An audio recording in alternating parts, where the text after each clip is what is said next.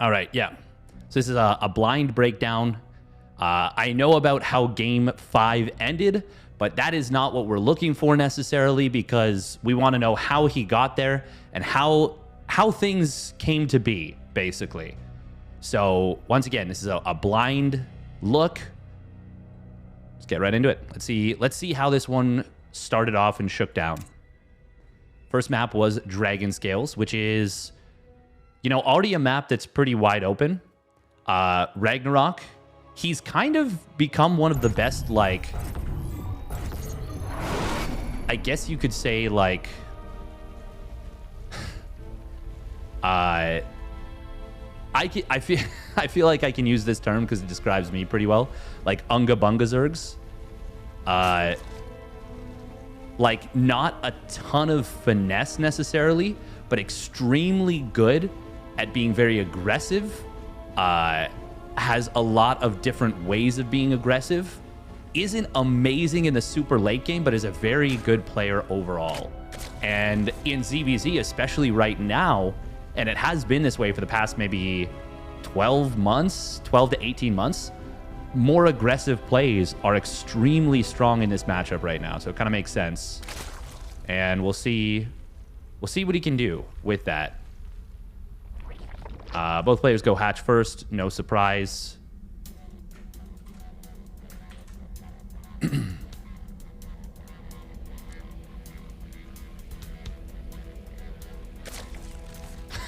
God damn it, we're. Stream has started. Yay. Okay. Yeah, neither of them doing anything weird. 18, 17, 16. Sorry, 16, 18, 17. Wait, what? 16 hatch. 18 gas, 17 pool. Yeah. Yeah. 16, 18, 17. Yeah. I usually don't refer to it as that. So kind of makes sense. Did they both see each other's overlords? No, Ragnarok sends his to the right. But, ooh, Serral keeps his at home. Okay, so already this is Serral saying, hey, I want to make sure. So what he's doing right here with this is he's saying, okay, Ragnarok, there's a build right now where you send a drone as a part of a 12 pool. You build a hatchery at your opponent's natural or out front of the natural. You can even put it like literally here. Actually, is there room on this map? Yeah, there is room on this map. You build a hatchery, you cancel it, use the creep to build a spine crawler, and then by the time it finishes, the hatchery is finished, and you can basically guarantee a kill with the 12 pool. It's extremely difficult to defend, but best way to counter that is to keep an overlord at the natural and say, no, you don't get to do that. So in a sense, now there's a reason in every single matchup to keep an overlord at the front. For Cannon Rush in PvZ, for or ZVP, for Proxy Racks in ZVT, and that Proxy Spine in ZVZ. So that's what Serral was thinking right there, if I had to guess. So he's already thinking like, okay, you could do something a little bit funky. I got to be on guard for that. Ragnarok droned up pretty hard. Already skipped his first set of lings. Not too notable, but you know, it's something. They're both droning. Serral takes the quicker hatch at the third. Ragnarok, he takes his, but it's a couple supply later. Still small potatoes. But Serral does get across the map quicker and starting to work away at his opponent's hatchery. That's kind of nice. Ragnarok went... he went down to just one drone on gas, I think, for a little... No, he didn't. Never mind. Yeah, he still had 2 on gas. Serral staying on 2 on gas. Does he rally one of these drones? No, he doesn't. He's still got 2 on gas. Okay. Oh, and wow, actually, he's getting aggressive. Not really what I was expecting out of Serral.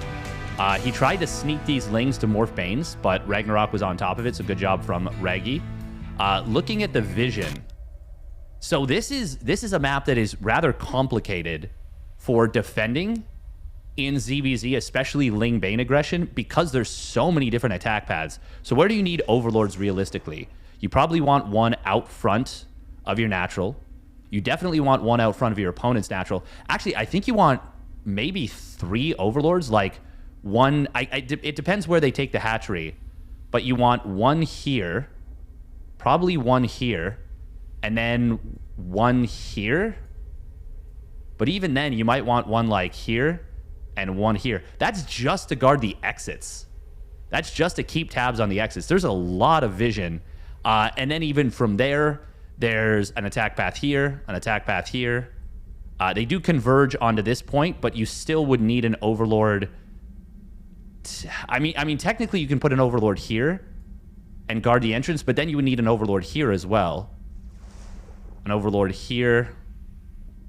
Man, there's a lot of vision to track on Dragon Scales. This is a messy map. And with Serral being such a reactive player, more so than probably any other Zerg, especially compared to such an aggressive player like Ragnarok, I feel like this was such a good map for Ragnarok to start the series.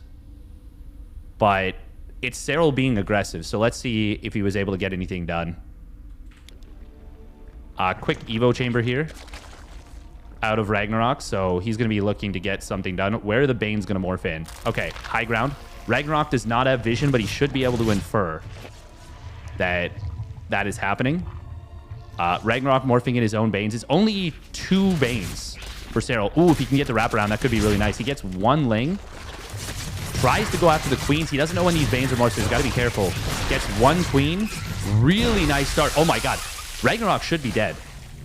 If Serral morphed in, if he had had 2 more Banes morphing in during all this, the game would be over. He morphs in 1, but that's not much. If Serral had been full committing, he could have won the game right now. As it is, those 2 additional Banes are pretty late. Ooh, does he cancel? He does cancel that. Bane gets the 2nd Queen. This is so good for Serral. Oh my god, he could have gotten so many drones right there. That's such a... It's so tricky. So you have to be so fast. Okay, let's take a look back at that again, because that was a big opportunity.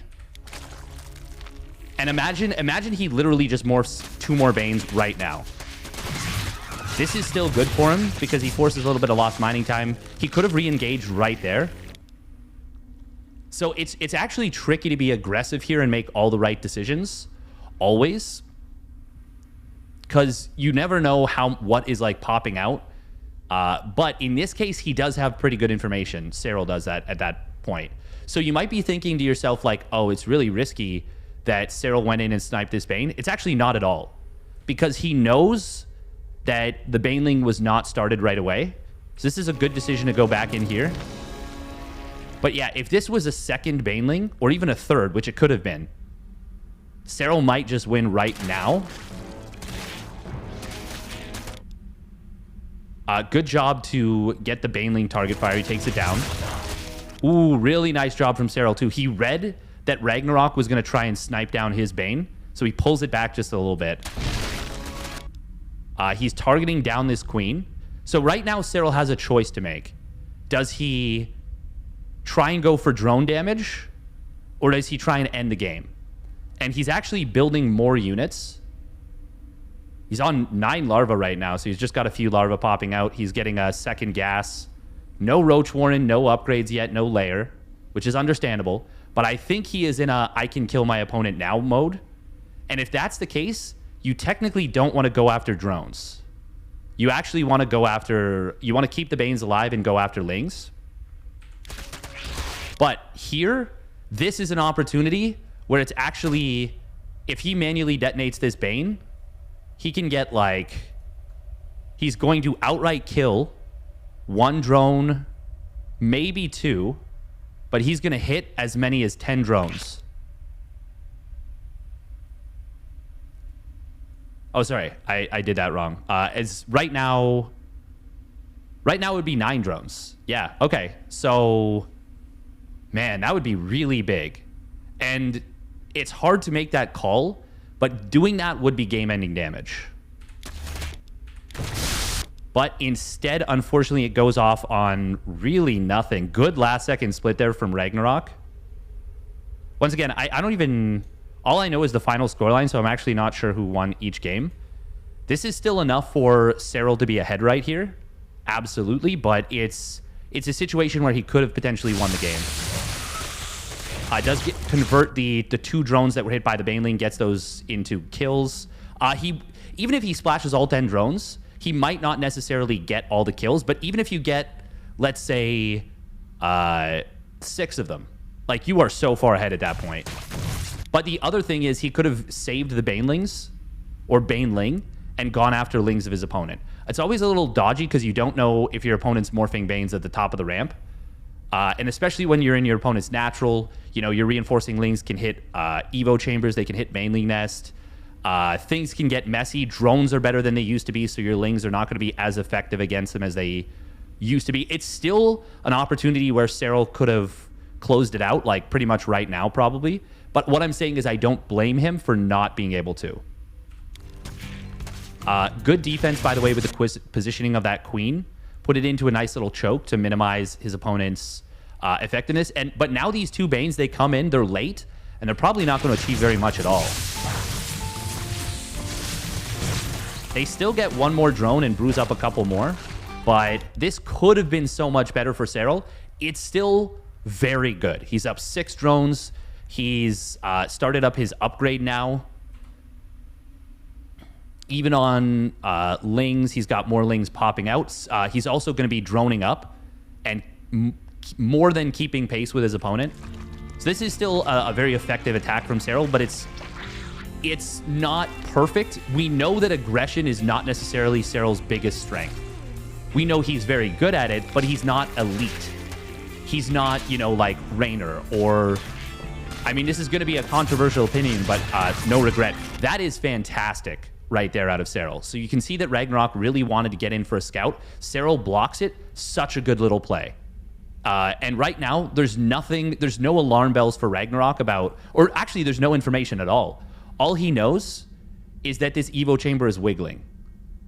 He has no additional information. So great block right there from Serral. Serral does not have a lair yet. And actually, yeah, he didn't even get to see if this gas was taken. Actually, no, I think he gets to see that it wasn't. Let me just go back. Because that is a bit of information.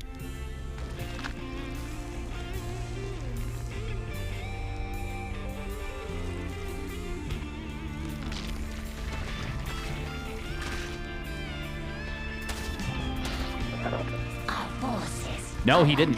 He didn't even get to... So if he poked up here, he would have seen that the gas was being morphed. He does not get to see that. Okay, so right now Serral is going to be going for... Well, actually, it's not entirely clear. With no layer, it's likely to be aggression, but it doesn't have to be. The Carapace timing is really strong, but it doesn't mean you have to go. You don't have to go and kill your opponent, but it's an option. For now, he's continuing to be aggressive with Lings, which is... Oh!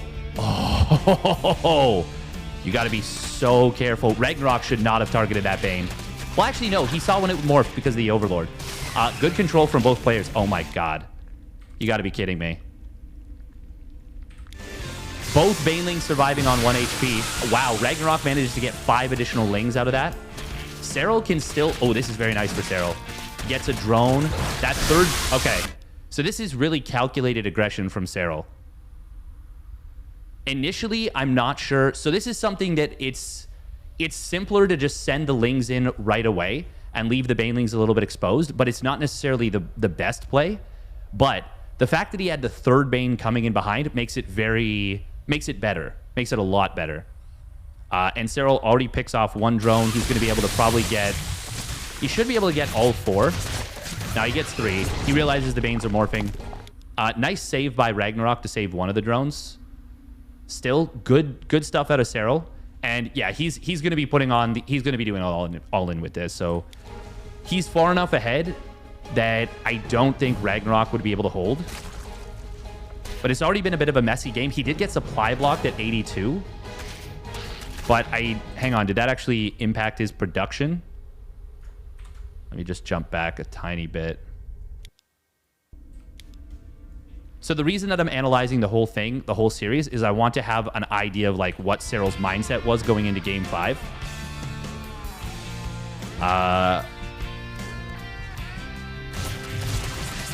Good shift click, by the way, on that drone. And yeah, he's already up 6 workers while doing an aggressive all-in. Yeah, the supply block isn't amazing, but it's actually not crippling. It is enough, though, that it would, like... Oh, hang on. Let's take... Well, he dodges the Baneling. Gotta be so careful about that. Ooh, he went really deep for that drone. Not a huge deal, I don't think, because he is, like... He is following this up with big aggression. Oh, he clears the Overlord, or at least tries to. But Ragnarok's still gonna see this. Yeah, this... I actually don't think I like that, because that actually just... He was never going to clear that out, but it just delays his inject, which will delay his reinforcements.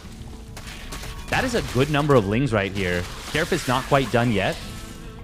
Serral doesn't get distracted with the roaches, which is good, but Ragnarok is doing a pretty good job of buying time as best as possible. Actually, Ragnarok is in a position where he can defend this. He's going to have higher quality roaches with the +1 missile. The +1 Carapace is going to mean that the Ling reinforce... Oh, this is such a nice counterattack. Oh, this is such a nice counterattack. The thing is, if Serral loses this game, this would actually be such a tilting way to start the series. Because he was in a really good position, and I think he had the game kind of in his grasp. Ragnarok, by the way, started a layer and canceled it when he saw the roaches, which is, of course, a good decision. Solid decision. The Banelings are so good here. But the Carapace is going to help a lot. That's a huge Baneling connection. It might not be enough to actually... No, it's not enough. It's close, but it's not enough. The Carapace actually saved Serral so hard right there. How many Banelings would have died? A lot. A lot of Lings would have died. Just the fact that they now tank 1 additional shot. Probably, if Serral wins this game, the Carapace on this Baneling actually saved his bacon. Because otherwise, he can't send... Like, the Lings for Ragnarok are going to win this fight. And Serral can't reinforce across the map for a while, which means that Ragnarok is going to be able to win this fight, most likely. It's already Ragnarok actually outnumbering Serral, and his roaches do 1 more damage per shot, because the +1 missile is just better than the +1 Carapace. You get +2 damage per attack, as opposed to minusing 1 damage from your opponent. So Ragnarok's roaches are dealing 1 extra damage compared to Serral's. And he's already got the advantage in terms of HP. He does have a slightly worse concave, but it's really negligible. As I say that, more roach is going to show up. But with Defender's advantage... Ooh, there should have been a transfuse right here. This queen has the energy. He should be transfusing this roach. Nice readjustment on the concave there from Ragnarok. No transfuse is actually kind of critical. But these Lings drawing this back is so good. Okay, behind this, Serral takes a layer, which I like the decision. Serral's still up 2 drones. Like, he's not dead in this game by any means, but he should have been able to win this game. Theoretically. I want to take this, like... So everything that I'm saying, by the way, you have to take with a bit of a grain of salt, because 1, no one plays perfectly all the time. That's just not how the game works. It's impossible. Literally can't be done. And 2, like... Wow, what am I trying to say? 2, it's a game of imperfect information. So you don't always know. And Serral is kind of fighting into Ragnarok's strength a little bit. Ragnarok is a very aggressive player.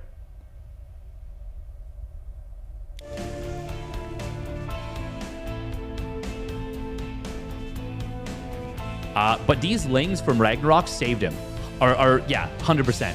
100%, because if the Lings from Serral are able to flood across the map, the 2 Banelings from Ragnarok on the right side are so good. And this comes down to what I was talking about at the beginning. Not having... like, this is a bad map for Serral versus Ragnarok because of how the 2 players' styles are. Ragnarok is so much more aggressive. Serral is so much more reactive. So the fact that Serral isn't able to, like, keep tabs on this whole right side easily... because you just simply don't have enough Overlords. And by the way, he did do the 3 Overlord setup. So 1 on the top, 1 in the middle, 1 on the right. But there's simply just not enough Overlords to track every path. Now here, he could be sending these overlords further out. Could send one here, and then send this one over here, and then this one over here. But this has been an action-packed game. You cannot blame a player for not, like, doing so. Serral, though, behind this, the transition is solid. He's got +1 missile on the way. That's going to make his roaches much better. They're going to have the carapace advantage. Well, that's not much better. That's better. But it's, instead of a small advantage for Ragnarok, it's a small advantage for Serral. And then, yeah, the layer. If he gets roach speed, it's just going to be probably too much to handle. Now, Ragnarok, because he had to cancel his layer, I don't know if I like him droning here. He doesn't have enough gas. Is he... honestly, he maybe should have taken the gas in the main. But at the very least, he should be taking a 4th and 5th gas right now. Serral, by the way, is on a lot of gas. He did build a ton of lings, which are good for now, but are going to scale really poorly. Actually, hang on. With this many lings, can Ragnarok even really fight this? Ragnarok... I wonder if these 2 Banes are even the right call. Good job from Serral, by the way, having these roaches in position at the 3rd. They're going to be able to deal with this no problem. But now Serral's got to be... He's got to find some value with these lings. That's actually a bit of a problem for him, as he is so ling heavy. Like, the army supplies are very even, but the lings are going to struggle to get value now that the roach count is so high for Ragnarok. So actually, seeing this roach count... Oh, Ragnarok probably should have pulled back into the wall right away. Still kind of fine. Banelings did get in here, got 4 drones, and actually equalized the worker count. Layer on the way. I wonder if it's better for Ragnarok to go Carapace. Okay, there we go. He did take his 4th and 5th gases. I wonder if it's better for Ragnarok to go Carapace here or to wait for +2 missile. Like, you're going to be waiting a while. But you would still...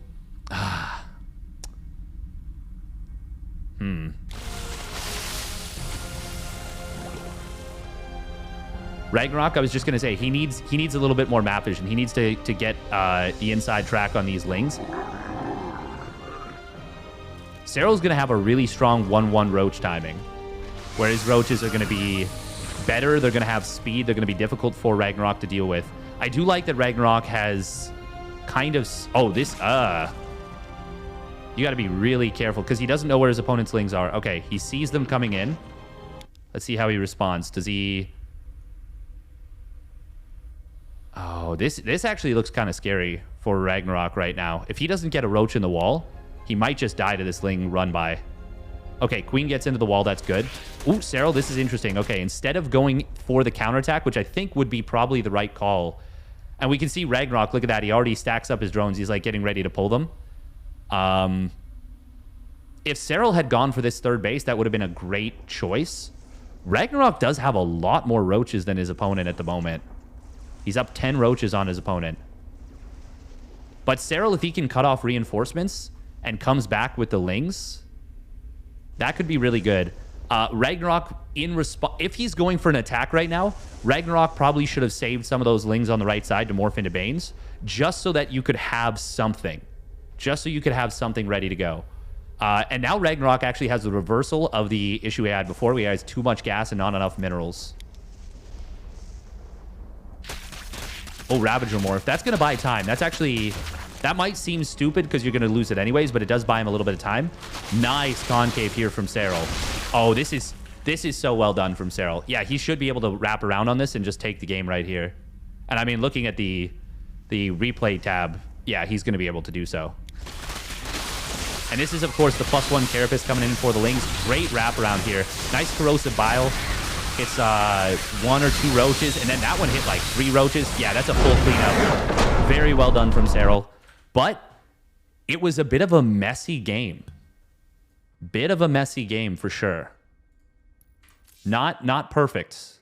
Now, once again, it's the World Championships. There's a lot of pressure. Ragnarok has been playing very well. Still, a couple of missteps. A couple of big missteps. From both players, of course. But Serral still got the dub.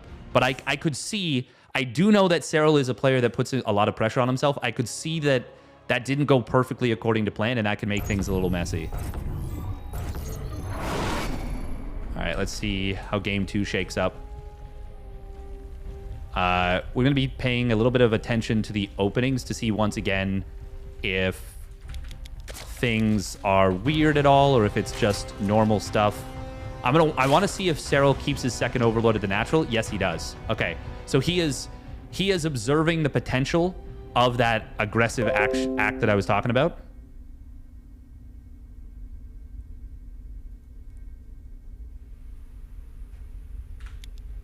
Serral, by the way, did go pool before gas, so he was expecting maybe a like 12 pool of some kind or a 12 pool drone pool, so he gets a slightly faster pool, whereas Ragnarok is going to be able to get the hatch gas pool. Honestly, the slightly faster pool really doesn't make your build any worse. It's almost certifiably better to do this. But a lot of it is habit that we don't. Because you can see he still instantly saturates the gas, and he's actually up a tiny bit of gas. But he's just a little bit safer against something like a 12 pool. And yeah, we're going to look at the timing of the pool finishing for both players. Serral's finishes at 1:54. Ragnarok, who did the more standard opener, is going to finish at 2 minutes. That's a 6-second difference. So if it is a 12 pool, Serral is so much safer against it. Just a little thing, and he actually starts his queens a little bit earlier. Wait, did he do a 15 hatch here, or? I don't think so. But let me check.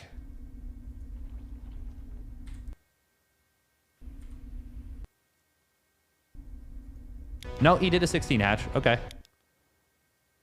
He just got it down. Actually, hang on. When did he get it down? Wait, no. I can tell that by when the hatch finishes. He did get the hatch down a little bit quicker. So Serral microing his drones a little bit more effectively than Ragnarok. That may not seem like much. Yeah, 158 is a pretty fast timing. That is a really fast timing, actually. Damn. Serral must have microed his drones really nicely. Did he get like an amazing split or something? I mean, it's a good split, but it's not like... I know this is weird to just like focus on this, but that's a really fast hatch timing. He doesn't even pair this particular... Does he pair it now? Okay, he does. Sometimes it's better to pair drones at a certain timing. Okay, this is going to sound silly, but seconds do matter at the absolute top level. So sometimes players will micro workers, and it's actually... This is something that I fall victim to. Hey, I'm happy to hear that, Washington. I actually have another video that I'm going to be producing for commemorating Oliveira's run. And welcome to the stream. Welcome to the stream. I'm going to be putting that on YouTube, so definitely check that out when I release that. And thank you. I appreciate it. Okay, so yeah, Serral. He doesn't do anything particularly special with his drone micro. It was just like a good split. And then he doesn't get in the drone's way. He doesn't boost the drones at all. But he still gets the hatch down like really fast. And like, that's... Yeah, he's 20 minerals ahead. He gets it down at 46 seconds. That is... damn fast. That is really darn quick.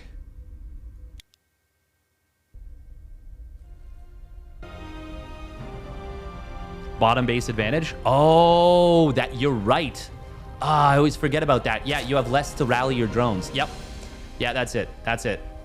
I forgot about that. Yep. That is 100% what it is, Doggle DZ. Okay, both players taking a third hatch. Nothing out of the ordinary there. Yeah, the bottom base advantage is pretty big.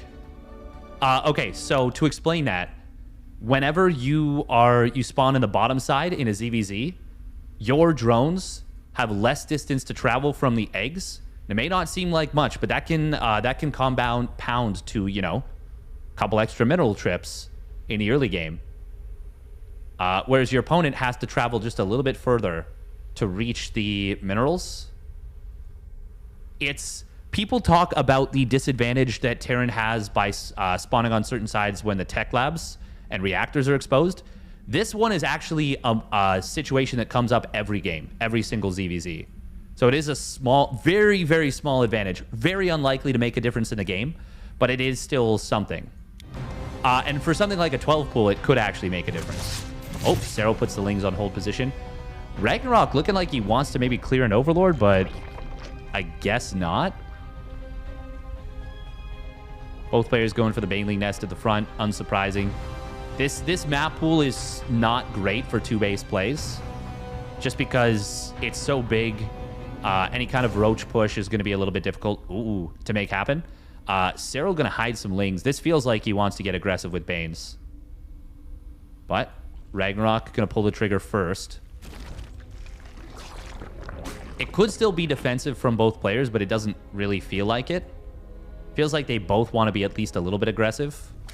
But this is a map where defending against Ling Bane is a little bit easier than normal because it's only a 2-building wall. Oh, Serral just going to morph in Banes defensively. So is he using these for a scout? These might be for a scout, which wouldn't be a bad decision. This is obviously going to be for scout as well. Okay, I thought it was going to be for a Bane. But yeah, it looks like they're both... Oh, Serral spots a couple of his opponent's Lings. Serral gets the kill. Very nice. Third queen coming up in the main base from Serral. He's got this queen at the natural that was ready to plug the gap, and this queen is moving forward to move over to the third base. No third queen. Oh, no, there's already a third queen from Ragnarok. Oh, okay. So he's going to have a small advantage in terms of injects for a little bit. All right, I guess it's nice that if you clean up, you can... Oh, yeah. This is... Good spawn might trigger 12 pull sometimes. Yeah, honestly, and it wouldn't necessarily be that you got the good spawn. It would be more that your opponent got the bad spawn. Hoping they overreact, probably.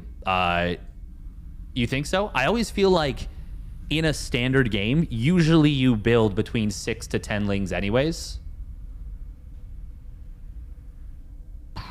This map, it's a little bit easier to keep track of things, but there's still a fair number of like counterattack paths, but it's easier to keep track of the exits. So there's only this exit,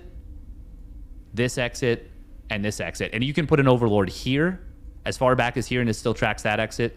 You can put an Overlord here, and it still tracks this exit. And you can put an Overlord as far back as here, and it still tracks this exit. You do have to be a little bit wary of potentially breaking down these rocks to sneak out, but I don't think anyone's going to do that. That would be super weird and like unlikely to be able to take advantage of that.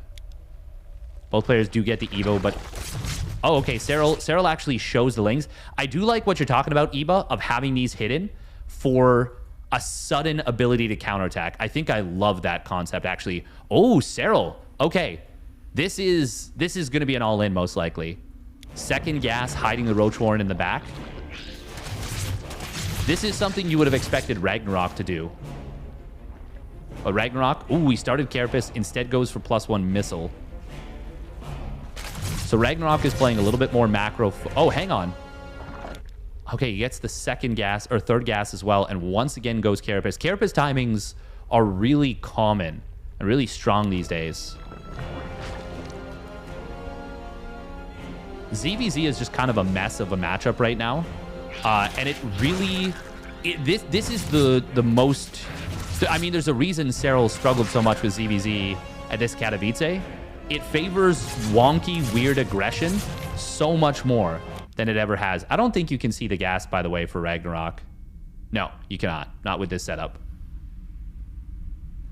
This Evo chamber could have been a little bit further forward to like make it a tighter wall, but you always want to be careful that you don't accidentally make it too tight and your units just can't slip out. Ooh, these Lings. Are they going to be able to get through? Both players are still droning for now. Actually droning really hard. Ragnarok going 2-gas layer with a missile attack. Cham actually did this against Scarlet. Okay, actually, I'm going to break down Cham versus Scarlet after this. Maybe a little bit, because there was an interesting build that happened there. Both players hiding the Roach Horn because you just can. It's just easy to do so on this map.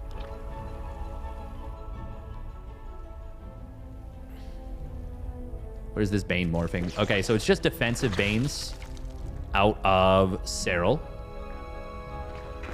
But 3 defensive Banes it's a little bit more than you want, really.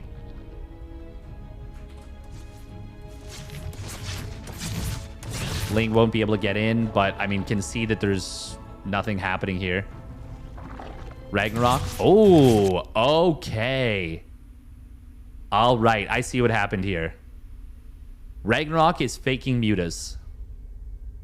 He is showing his opponent a 5th and 6th gas, when in reality, this is the 3rd and 4th gas of Ragnarok. This is very cute. And this comes back to once again, the map pool and the style of ZVZ right now really favoring aggression.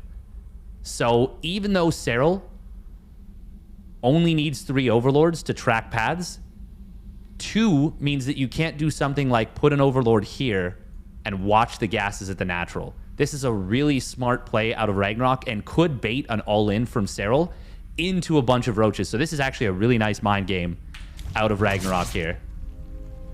I think that's the goal for Ragnarok, because you can see that Serral hasn't yet taken his gases. He's down 10 drones. He's building lots of roaches. The only thing for Ragnarok, he's got to be careful about not over-droning right now. Oh, hang on. He's taking the gases here now. I still think he's trying to show mutas. But if that's the case, like, you got to be really careful as Ragnarok that you don't, like, outsmart yourself. You know? Like, you can bait an all-in and then die to it anyways just because you weren't prepared enough. And these Carapace all-ins, they're dangerous. But I think that's the game plan from Ragnarok, is that he's trying to bait the all-in. Oh, never mind. It's not a bait. He's actually just going Spire. Okay, then I kind of want to flip the script on this. I actually now hate this. Because he's now shown his opponent with the timing of these gases that this is a Spire play.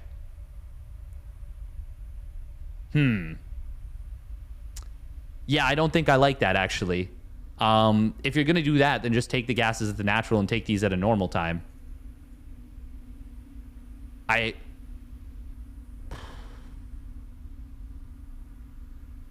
Yeah, I don't know that.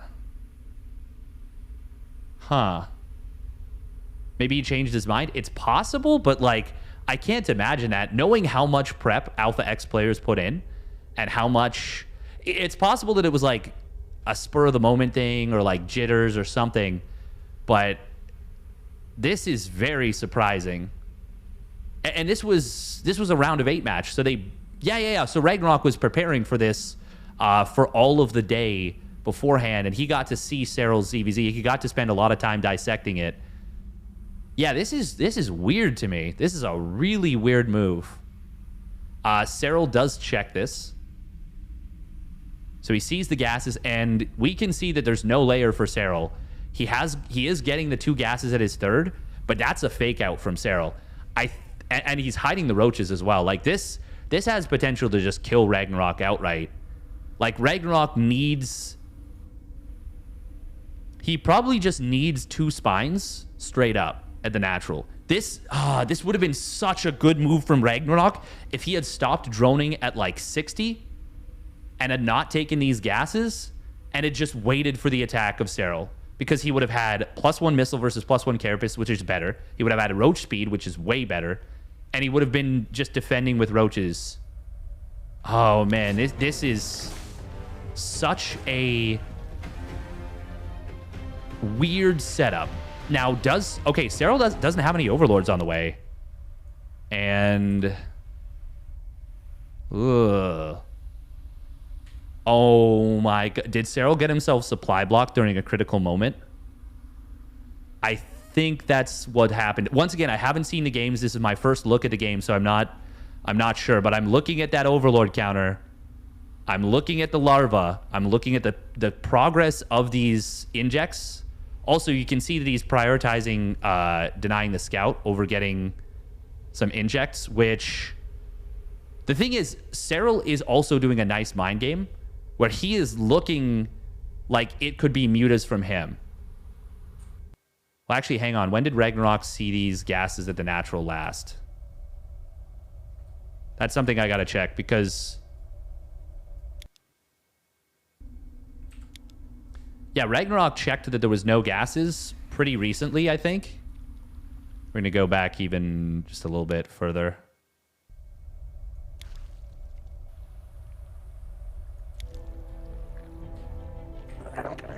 This Ling, when does it come through? Because you can't reliably get into the natural.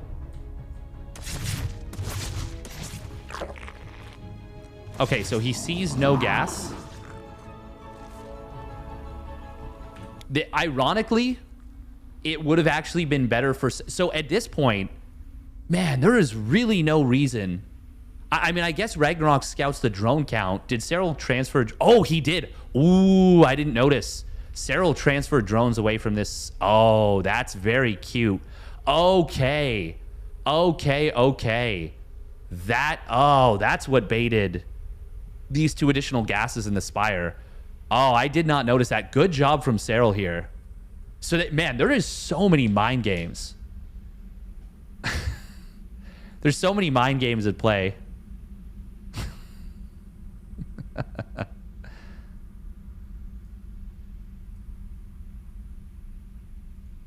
So many mind games at play here. So these drones get baited out by Serral. Very well done.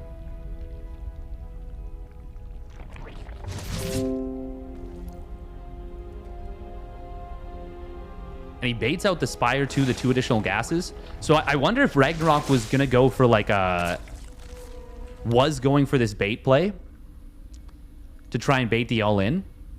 But yeah, okay, getting back to where we were in the game. Oh man, I am pretty worried right here for Serral on like the reinforcement. Oh, and if he loses this Overlord, that would actually be critical. He only builds 1 Overlord. Oh, this is looking like a pretty brutal blunder.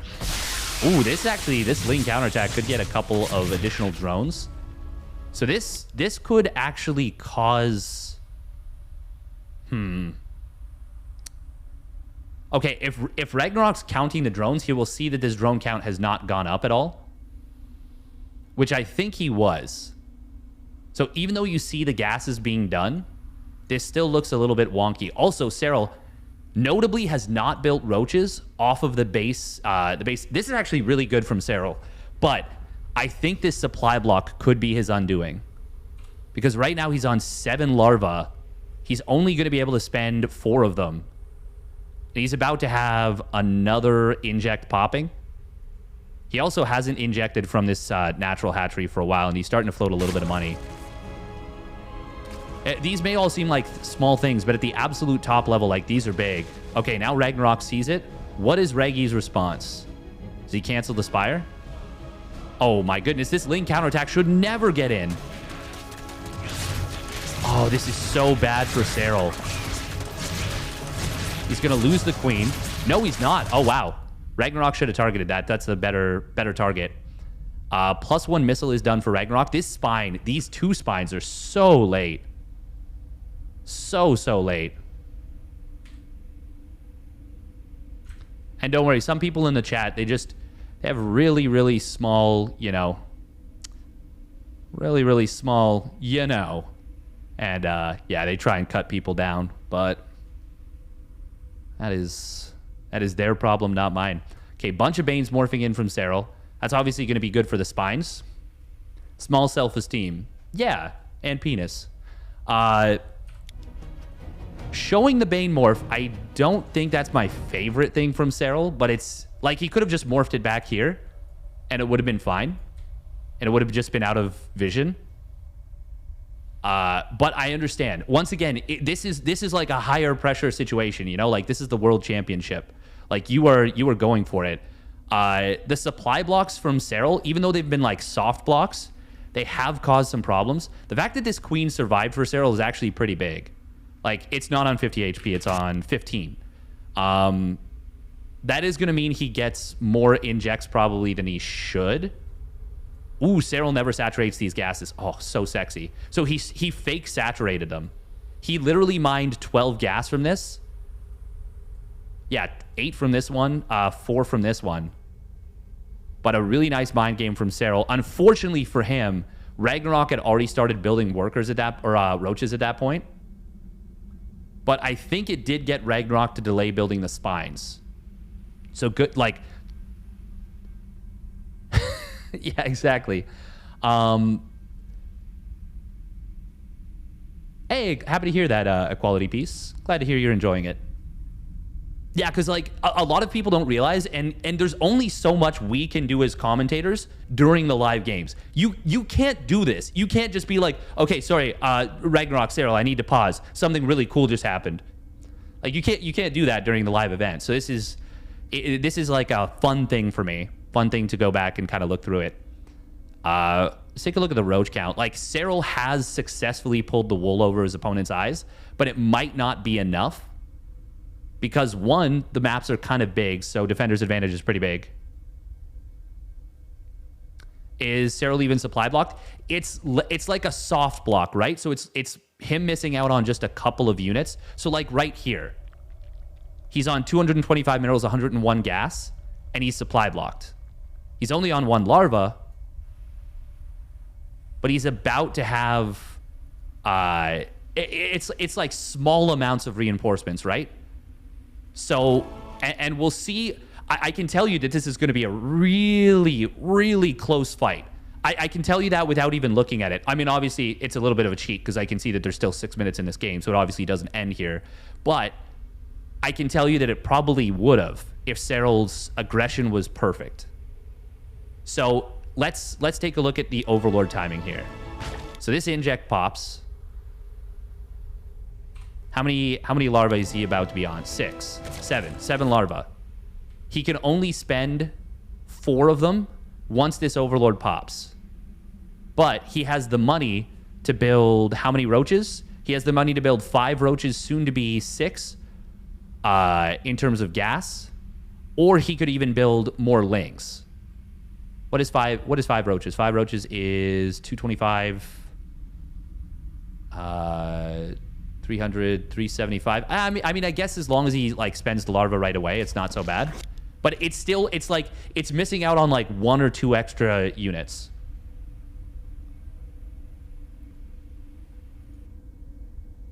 And like we are gonna see. This is just a guess. I could be wrong about this, but I'm pretty sure that the follow-up attack is gonna come down to like 1 or 2 units. Like could have swung the game. By the way, great concave to start this off. I wanna take a look at this a little bit more. And as well, better upgrades here from Ragnarok. Really nice defensive setup here. Once again, +1 missile is better than +1 carapace. This is actually such a great concave from both sides. And funnily enough, because there's more creep here, Ragnarok's creep is actually working for Serral. These roaches are on the smallest little non-creep area, so they're actually going to be a little, like, struggle a little bit to get into the engagement. Serral, he jumps the gun a little bit. Well, maybe not even jumps the gun. Actually, no, he doesn't see his opponent's layout until he gets here. But he attacks into a bit of a concave. And he has to go, so you can't blame him. They're on dead even roaches in this fight, by the way. So the concave is huge. The banelings, they are going to be good, but obviously they're not effective against roaches. That's not the units they're designed to fight. Now we can see lings are reinforcing here. Serral, yeah, his concave is just a little bit worse. He's got a lot of roaches in the back. Ragnarok has a better spread to start this fight out. But the banelings could turn things. This is definitely a situation, though, where, like I said, with a couple of like lesser supply blocks, Serral might be able to overrun. Banelings not really getting anything so far. Serral is just kind of smashing his way through. Now, what you can do here from Serral... actually, not really. He's down 15 workers. What you can do with an attack like this is... try and hit the banelings into the third base. But if you're going to do that, you want to actually have the banelings hitting from the side, most likely. Right now, I'm really liking this position for Ragnarok, obviously.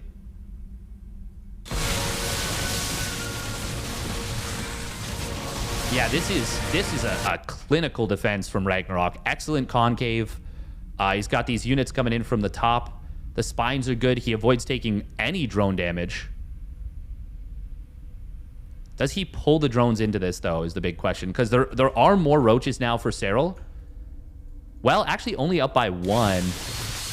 Ragnarok's just got to be careful about not losing too many drones, but he has so many more. Okay, he should pull the drones. He should pull the drones back out of the fight at this point, I think.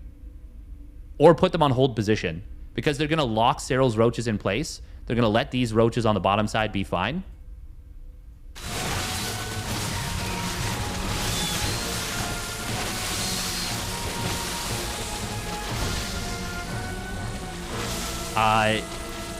Yeah, this is still very good for Ragnarok, and he's in a winning position now. But he could have actually handled this even better by probably... I think he could have canceled the second spine.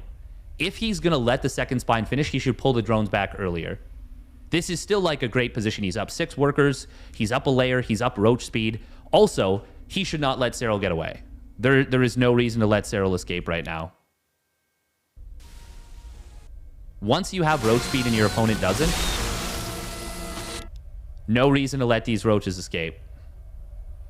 Random roach from Serral just kind of tucks its tail and runs. Now, there's a layer coming down from Serral, but I think Serral is pretty dead in this game. Did Ragnarok cancel the Spire? He did. He did cancel the Spire. Ragnarok can pretty much go straight up into his +2 missile. He would have been able to do that almost immediately if he'd canceled this second spine. Thank you very much, by the way, for the raid, Rex. I guess he didn't anticipate the layout due to the meter read. Otherwise, I think he'd have known about the concave. Yes. Yeah, so this was kind of neat because I really feel like Ragnarok was laying a trap. But I think he was laying a trap for an all-in with more drones from Serral. But Ragnarok then... It's hard to say. It's because, like, the mutas are good if this is not an all-in from Serral. And it's something you can do definitely as an insurance policy. I do like that he canceled the Spire. You really do need every single mineral to make a defense like this happen. Yes, that is going to be the plan, Brian Shen. That is going to be the plan over the next few days. Well, actually not over the next few days because WTL playoffs are happening. But yeah, Ragnarok should not have let these roaches get away. He should have run down all 4 of these. At the very least, he could have gotten the front 3 because he just has roach speed. And there it is. There's the +2 missile. Yeah, Ragnarok, 2-0 versus 1-1 is not a huge difference, but it is still an advantage for the for Ragnarok. Now, the concave is the most important thing, and we could see that the concave for Ragnarok, the defensive concave, was huge. Like, it really was the difference maker there. Now Serral's in a really awkward position. Ragnarok's got a better upgrade setup. Oh, he goes back into the Spire. This is actually the same drone that was building it before. The only thing you got to be careful about as Ragnarok is that you over-drone and, like, find yourself falling victim here. Once again, Serral's in a funny position where he's on a ton of lings that have to get value in the near future because the Carapace is going to be nullified by +2 missile very soon on these roaches. I wonder if Serral gets some big counterattack damage done, and that's why this game goes a bunch further.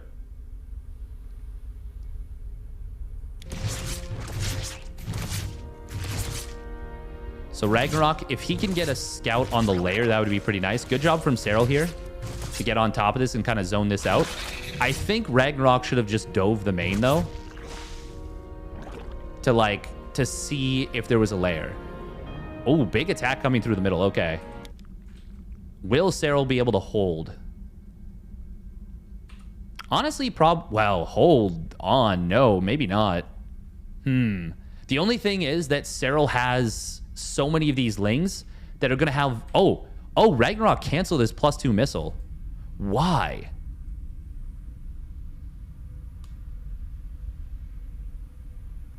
So I guess he's going hard on the mutas. Ragnarok's supply blocked at 138. Actually, they're both supply blocked. I think this is much better for Ragnarok, though. Because he's got a lot of roaches about to slam the front door. And Serral can't build any roaches defensively. The thing is, when you're supply blocked, you never want to commit to an attack. Because you're not going to have reinforcements. And he should know that his opponent has +1 carapace. So, like, you really can't get caught. This is probably best case scenario for Serral right here, because he's going to get a lot of value with these lings. Yeah, this is a great concave defensively from Serral. Thank you very much, PPQ, for the 100 bits. Appreciate it. Yeah, this is like such a messy game. This was a massive mistake from Ragnarok here. This attack, even if it turns out to go okay, I feel like he throws away a lot of advantage. He still hasn't built an Overlord, by the way. And he actually has a Spire soon to complete. Like, this feels like Ragnarok was in a dream position, and maybe his nerves got the best of him a little bit here. Like, oh my god, these are speed roaches versus no speed roaches and lings. Yeah, this was the best case scenario for Serral by a huge amount. But I still think it's a good position for Ragnarok because of the Spire now. Ragnarok should be, like, being a lot more careful. I haven't been taking a look at the resources lost. Okay, let's take a look at the resources lost before and after that fight. So, going into the fight, Serral's a little bit behind. It may not seem like a big deal, but coming out of it, he's now, like, notably ahead.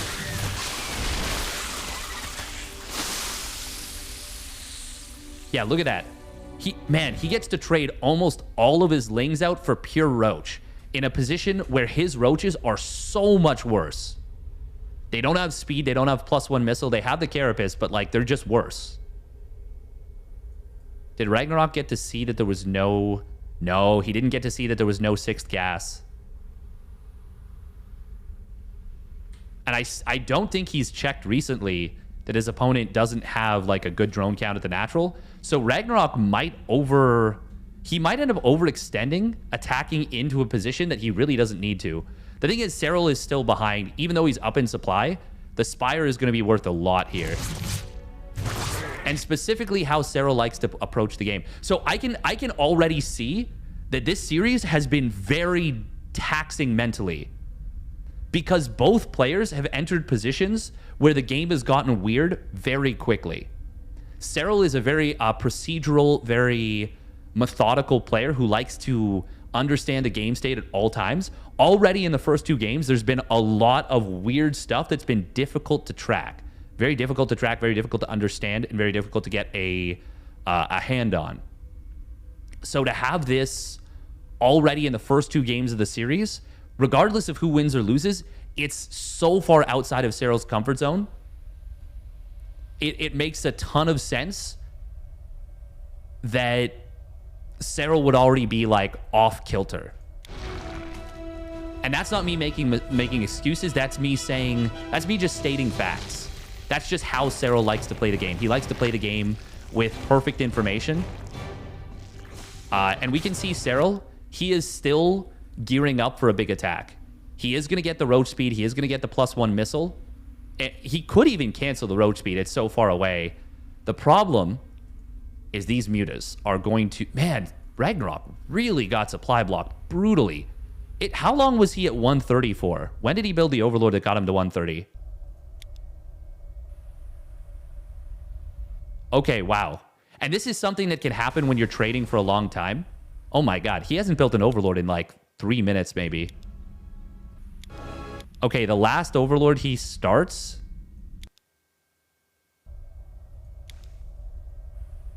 is at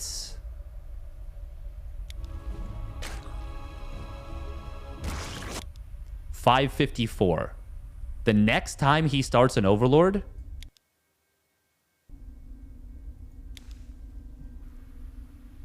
he still isn't... Oh, no, he did just popped. 554.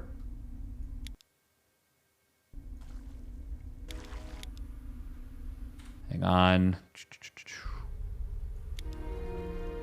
Oh. Okay, he built one at 138. Oh, right. He loses the Overseer. Does he? 554. Oh, when did he get to 138? Okay, I must have missed one of his Overlords. But regardless, he gets himself supply blocked. And he doesn't get out of it for like a very long time. He must have lost one of the Overlords. Did I miss that? I think I must have missed that. Oh, he accidentally morphed a Dropper Lord for a second. And once again, this is like such a high tension situation, right? Like, it's so difficult to figure out. Overseer died to 3 queens. Right, I literally was looking at that. It's such a difficult position to like find yourself in. Like, it's so uncomfortable. But the big thing is that this is a messy game where Serral doesn't really know if he's ahead or behind. He would assume he's behind, but then your opponent does this big counterattack, and it feels like it goes really well for you, and it does. But the problem is, you don't know that there's a Spire behind this. And, like, Serral might have read this as, hey, you went Mutas, and then it was like, oh, no, I read this wrong. It was actually a trap, but it actually was Mutas. But he then canceled the Spire, and then you're like, okay. Like, I really want to hammer home the point that this was a truly discombobulating series. Truly the kind of series that would throw you for a loop, and we're only like 15 minutes of gameplay into it, maybe 17 minutes of gameplay into it at this point. Only in game 2. So this has already been an extremely mentally taxing and disruptive series. And they're both making mistakes. They're both making mistakes. They're both making misreads, and you can't blame them for any of it. And Serral right now, if he knew that Mutas were on the menu, actually, he might have even missed that Mutalisk. I think he did. If he knew that Mutas were on the menu, he is not going to go for an attack. He's going to drone up to like 66 after he defends the attack. He's going to try and play it out from a very different setup. Okay, does he see the Muta? He sees it, but he looked... You could see that he didn't have the Overseer selected. I don't think he actually saw it yet. And regardless, well, he hasn't started Spores. He hasn't started droning yet. He's gearing up for one big attack that is going to basically run into the Mutas. Now, okay, now you see the Mutas for the first time and you're like, crap. You can't really be aggressive. The Mutas are going to destroy your Ravagers. They're going to do great with the splash damage, even with the Carapace. So the Carapace here, this is actually not a terrible situation from Serral if he realizes his opponent's going Mutas and he drones up to like 66 maybe a minute ago. Basically after he holds this big Roach push.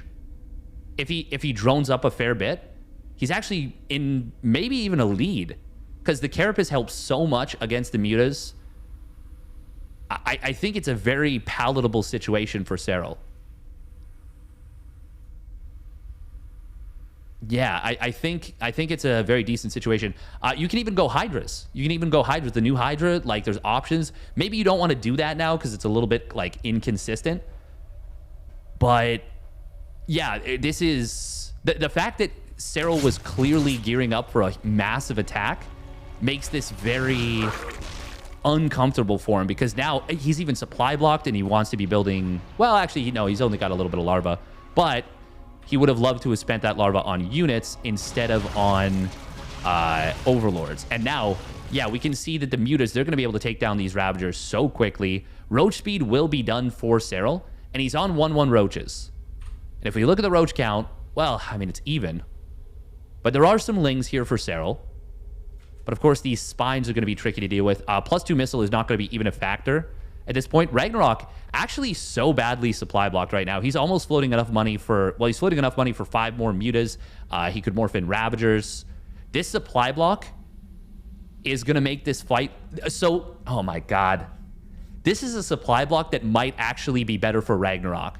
Because this is already a weird game state. And the only reason I'm saying this is because they're playing a best of 5. On the ladder, obviously, it's not a good supply block. It's a bad supply block. It prevents you from building units. But it might make Serral come closer to breaking through which is then going to make it a more mental damage if he loses this game.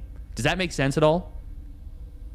If you just get smashed on this attack, you're like, okay, whatever. But if you're really close to breaking through, and then just suddenly your opponent floods out more units, your understanding of the game state feels even more broken.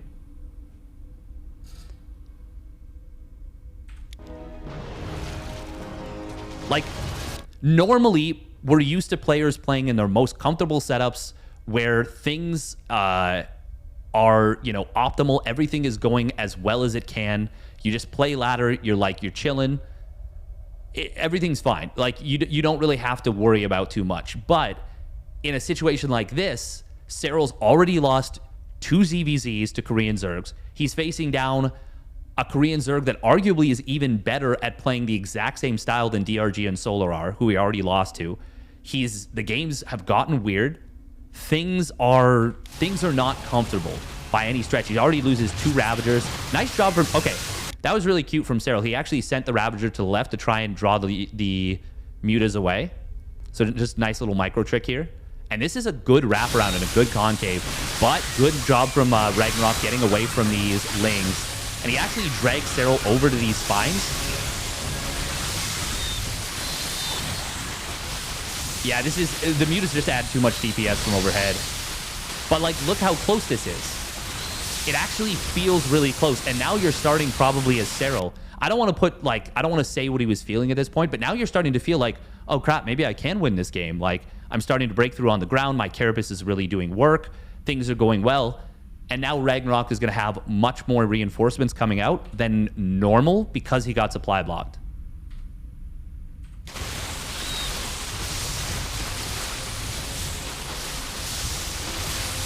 So it's going to be a situation where Ragnarok barely holds, but he's going to come out of it, like, really far ahead.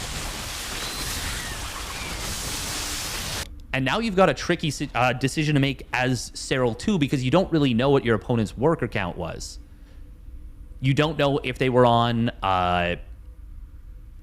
if they're on like 66 drones, or if they're on like 57 drones, which he's on, or if he's on like somewhere in the middle, like 63 drones, 62 drones. So now you're like, well, do I keep targeting units, or do I go after drones? It looks like he was thinking about going after drones for a moment. But as the Mutas kind of really whittle this down, they should be able to kill almost all these Roaches on the retreat. Yeah, this just... It starts out as, like, a weird game. Oh, he even gets that last Roach. Nice job from Ragnarok. And yeah, now, what started as, like, a relatively even supply situation is now Ragnarok up 70 drones and way ahead in army supply, and he's going to be able to clear off all the Overlords off the map.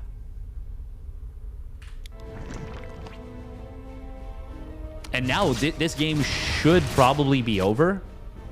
The Hydras are good, but, like, I mean, it's not like Ragnarok's going all in on the Mutas. He's just getting a few of them. And now the Ravagers are going to be at least as good as the Hydras.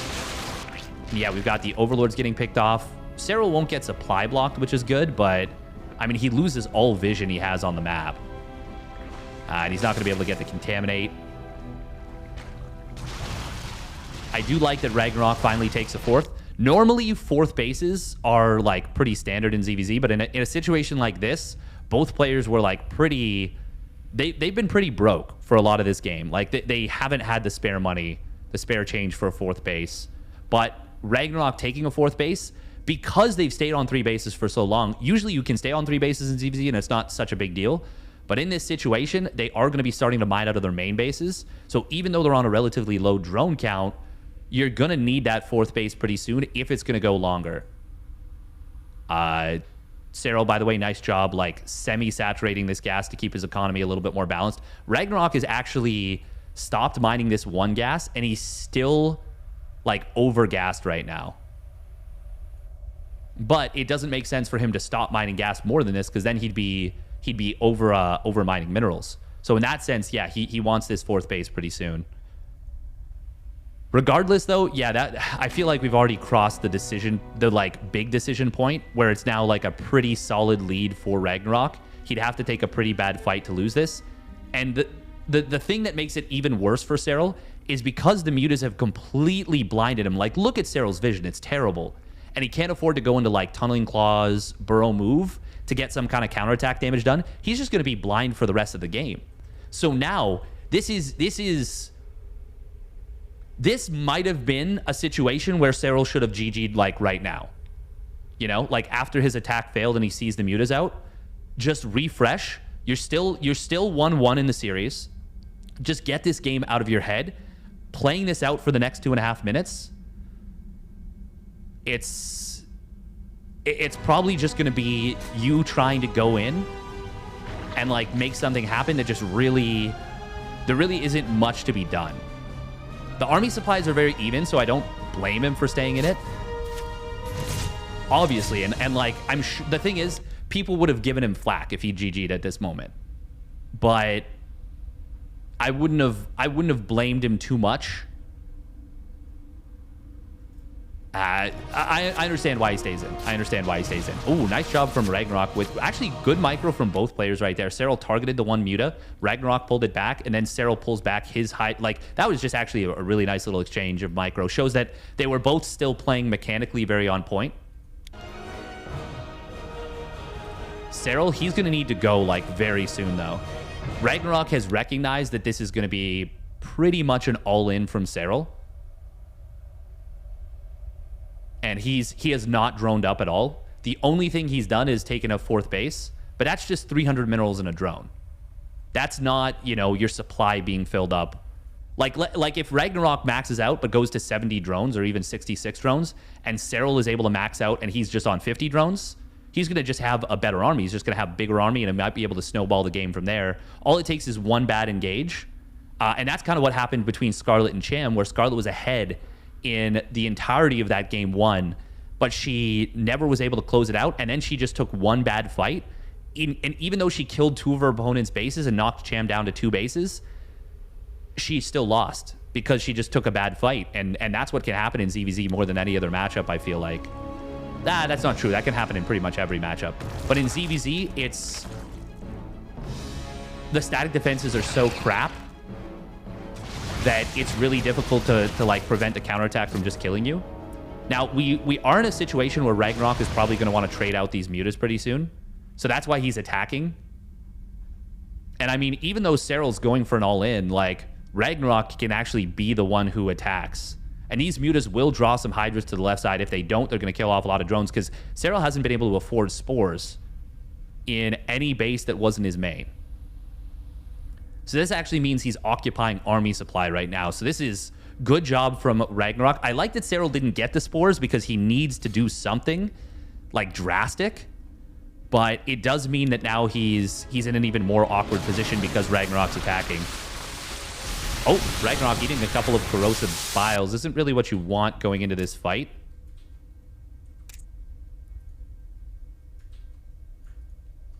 The concave is pretty good for both players. Where do the mutas go? They just get driven back. This is probably the best possible chance for Serral, but I still don't think there's much that can be done. Well, I mean, maybe. Hang on, this is a lot of Hydras. Hydras have really good DPS. Ooh, good dodge on the corrosive bile. Yeah, actually, this is best case scenario for Serral. Hang on, what happened there? Is it just that Hydras are juiced?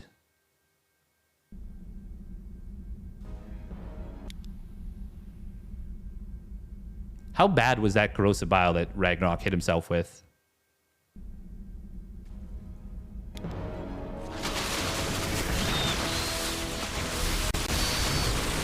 It wasn't terrible. The Hydras are just adding so much DPS, it seems like. And Serral did a really great job of dodging the biles. Yeah, that was really well done from Serral. So now this is actually... Yeah, damn. Hydras are quite good, actually. So maybe these muta transitions aren't as strong as they seem. Ragnarok... Oh, man. Serral is so good at the defense. Damn. Really, really good job from Serral. Ragnarok's going to lose... Oh, good job on the corrosive biles. That defends his army. And now the army supplies, though, are, like, dead even. And Ragnarok's army is actually better. Or sorry, Serral's army is actually better because of the mutas. Or sorry, the hydras. The thing is, part of the reason that I think that went well for Serral is because the corrosive biles were less effective because the whole fight took place on creep. So Serral's hydras, they're already more maneuverable than they used to be with the damage point buff. And now they're even like, they just finished hydra speed and they were on creep. So that was like best possible situation for Serral. I was saying it was a good decision from Ragnarok to attack, but only if he can keep a lot of the army occupied on the left side. And Serral was able to get them back into the fight. Man, that was a way better fight than I expected. So Ragnarok did the classic thing where on paper it's a good decision to attack because of the you've just maxed out and you're not going to get stronger. But it's then a double-edged sword where you're now attacking into a defensively oriented player. Serral, though, still does need to get a lot done. Now, if we take a look at the unit counter, Serral's actually got more roaches and he's got the hydras. There's obviously 6 extra ravagers for Ragnarok, but they're going to need to get some big corrosive biles. Now, Ragnarok, if he stands in the in a big concave here, it's going to be really tough for Serral to push in. Serral is looking to draw Ragnarok out. But Ragnarok can just... Oh, this is actually really... Is there any anti-air besides these queens? All 3 queens coming back to the 3rd. Serral doesn't really need to worry too much about injects right now, because the main thing is that he just doesn't lose all of his workers and can still I mean, he still wants to reinforce, though. But he's spending all of his money, pretty much. At least all of his gas. Still, killing that gas is kind of nice. 1 spore, wouldn't that be worth it? In this situation, yes. But the thing is, it's... Like you can't be a robot, right? Like, in... 1 spore would absolutely be worth it in this situation, and it would have been probably for the last, maybe basically as he moved out, would have been worth it to go for the spore. Oh, where's the 5th muta? Oh, it's right here. Okay. Oh, yeah. There we go. They're, stacked on top of each other in a weird way.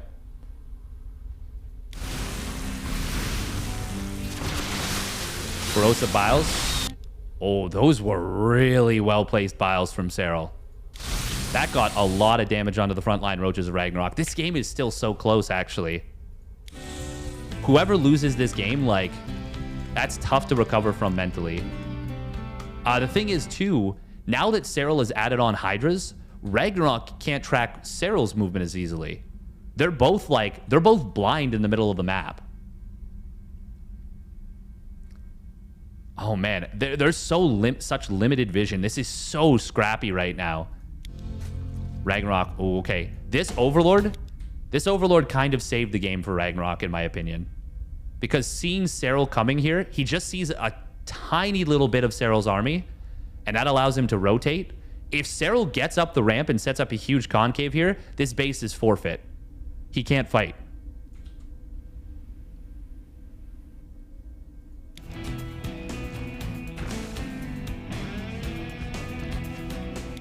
The mutas, by the way, at this point, I think the best usage of them is just park them right here and kill reinforcements. Yeah, that's probably the best usage of the mutas. He basically does that, but not quite. But yeah, right here means that... Or even here. Ooh, this is a big concave. The thing is, you're so focused on this. Man, that's a huge concave from Serral.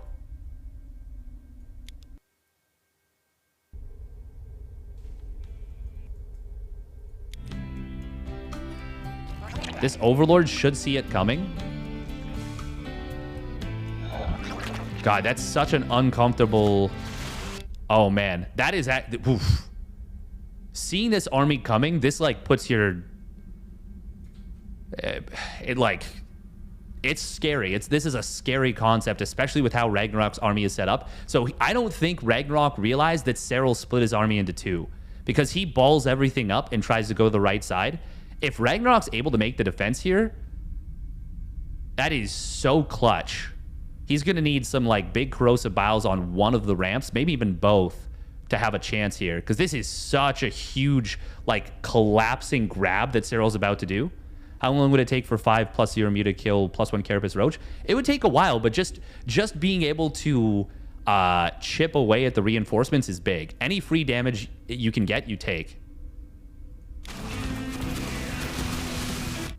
Corrosive biles are good on both sides. It's important that he does drop corrosive biles on both sides. This was a good split from Ragnarok, by the way. Really nice how he did this here. Because this is like such a scary situation. And yeah, he doesn't realize that Serral's coming from both sides. Yeah, the corrosive biles really saved Ragnarok's bacon right there. Because they forced Serral to split up his own concave. And a nice little spread towards the top side here from Ragnarok. The biles from... Man, corrosive biles are so valuable on a ramp. Yeah, I think Ragnarok holds now. And this is Serral's like last-ditch effort, pretty much. It obviously, if he takes a really good fight but doesn't win the game can go on. But this is him pretty much full send. Oh, these biles hit these Hydras, don't they? Oh, good job from Serral right there. Wow, last second dodge. But even... Oh, but you can't dodge on both sides. Really nice decision from Ragnarok to bile both sides of the ramp simultaneously. Because, like, if Serral's doing what he wants to do, which is moving out of position at the very last second so that you don't interrupt your own DPS a lot, you can't really do that in two places at once. It's not really possible. So the fact that Ragnarok biles here and here at the same time is such a good decision.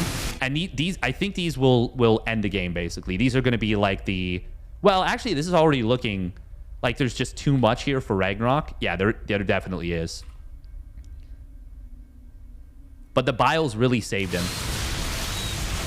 Oh, yeah, those are game, like... The game was swinging heavily into Ragnarok's favor, but those were like the game clinching biles. Like, they put this game basically out of reach for Serral. Damn. That game was a damn mess. And that is a mentally exhausting... Yeah, you couldn't have put it better, Hadawag. That is a crappy feeling to lose that game. That is the kind of game that leaves you just feeling, like, drained and exhausted. And that's only game 2. So everyone who's like, man, why didn't Serral stay in for game 5? Like, well, I mean, I feel like I'm painting a pretty good picture of why he didn't.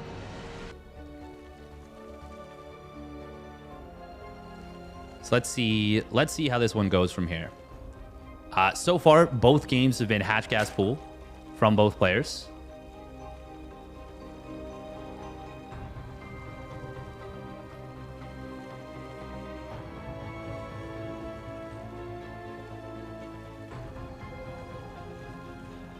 There's a really good video from Core a Gaming called Analysis, Playing Fast and Slow, which mentions winning games through exhausting opponents. Yeah, I feel like Polt is... I was thinking about this today in the car. Polt is probably one of the best players of all time at winning games against players that were better than he was. And by better than he was, I mean better mechanically. But he was really good at playing as efficiently as possible with the tools he had available to him. So he would do things like set up defensive concaves off creep against Zerg and constantly poke in, and he was the king of that. He was really good at getting Marine Marauder and making it really efficient against Mutilating Bane. He was just really on point in general. Really on point in terms of like maximizing his efficiencies and exhausting opponents. And I think that's really what we see here happening in this series between Serral and Ragnarok. Once again, they've both gone hatch gas pool. Serral, like a split second faster on everything, but I think most of it is due to the fact that he spawned on the bottom side more than anything. Poking opponents until it works, yes. And that's another thing that we don't talk about as much, is like how to create win conditions, how to recognize win conditions, and how to exploit win conditions. Okay, nothing really of note happening so far. Yeah, we're just gonna keep an eye on things mostly.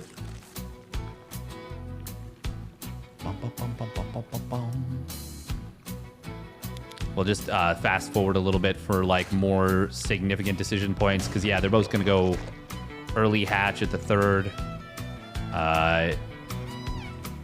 Serral getting an extra set of lings earlier, but that's not really of note. He's poking his opponent's third hatchery. Yeah, it doesn't really do anything of substance there. They both get the Baneley nest. They're both, for now, going up to 6 lings. We'll see if either one of them goes for more. But I wouldn't be surprised if... Oh, okay. Yeah, they're both going to go pretty similar. Yeah. We've got 8 lings from Ragnarok, 6 or 10 from Serral. Oh, actually, hang on. We got a little bit more of a commitment from Serral. Does Serral have any lings? Okay, yeah, I think he's going to morph Banes with these and maybe put on like a tiny bit of pressure. And by a tiny bit of pressure, I mean very small amount of pressure.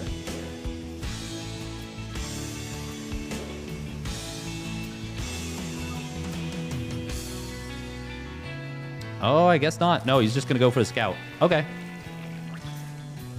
And this is already good information. You see... I got a cough.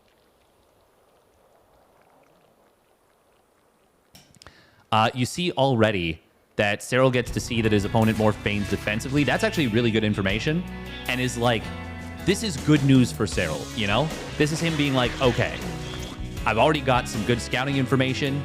I think he even saw his opponent's Evo chamber, which is nice information as well. Yep, he sees the Evo.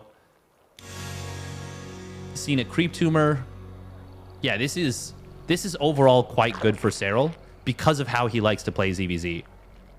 But I do like that Ragnarok is just saying, I'm just going to get the fast Evo. I'm going to go for this +1 missile. And Ragnarok, up until this point, Serral's been the one coming to him. By the way, I believe this is a gap. I believe this is a gap at the bottom side.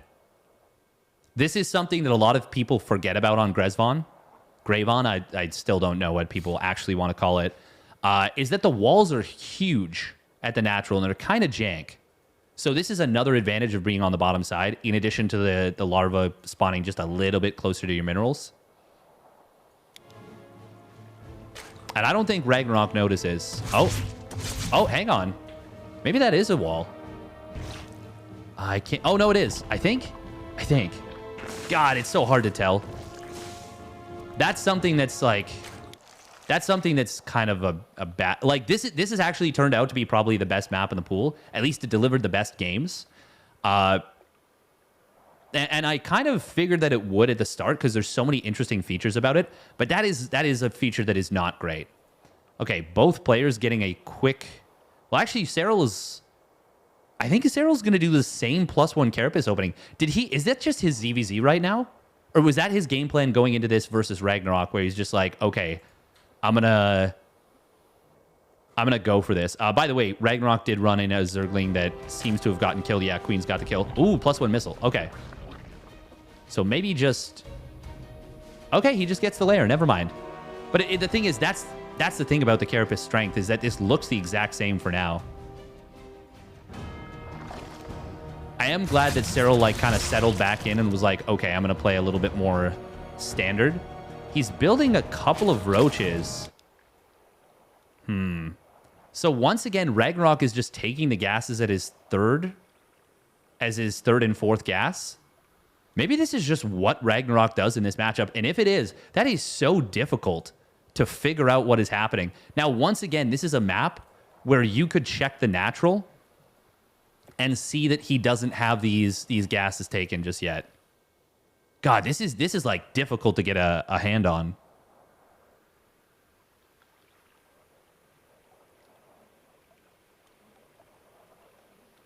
Silent cough, untrustworthy. So now Serral's going to look at this and he's going to be like, am I getting faked out again? I'm not sure if Serral would have Well, obviously, I assume that Serral would have done the work, but I don't know if there was enough information available for him to know that Ragnarok is taking these gases late or not at all at the third base. Like, that's already a funky situation.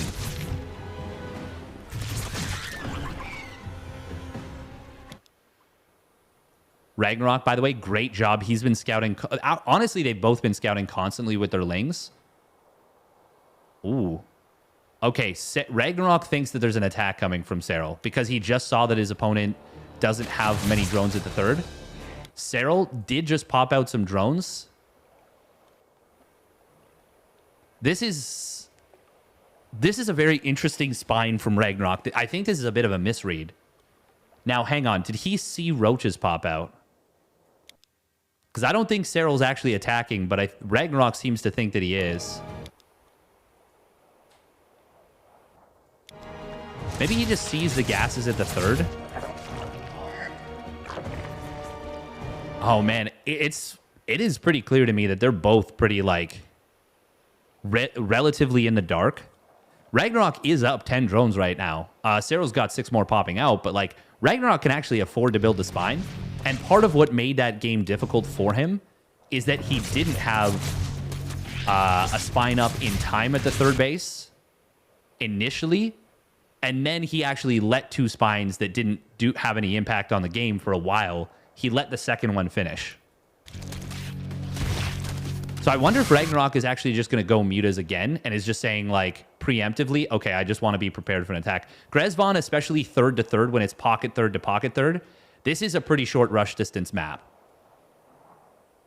That's something that we don't talk about a lot when we measure rush distances, because that's the relevant thing, is like, if you have your army here and you just suddenly decide to attack, how long does it take you to get to a relevant base of your opponent versus like something like Royal Blood, where you're able to expand a little bit away from your opponent with your third base.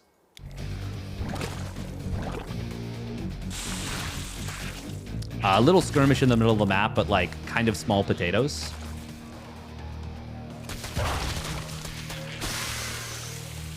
Yeah, that's a funny little, like, scouting Baneling. Okay, yeah, okay. This is very cool. Serral does a fake attack right here. That is cute. He does a fake attack while he's droning and while he's taking... Wait, hang on. Did he just extractor trick, or was that a fake gas? Did Ragnarok see this gas? It's not an extractor trick. It's a fake gas. Huh.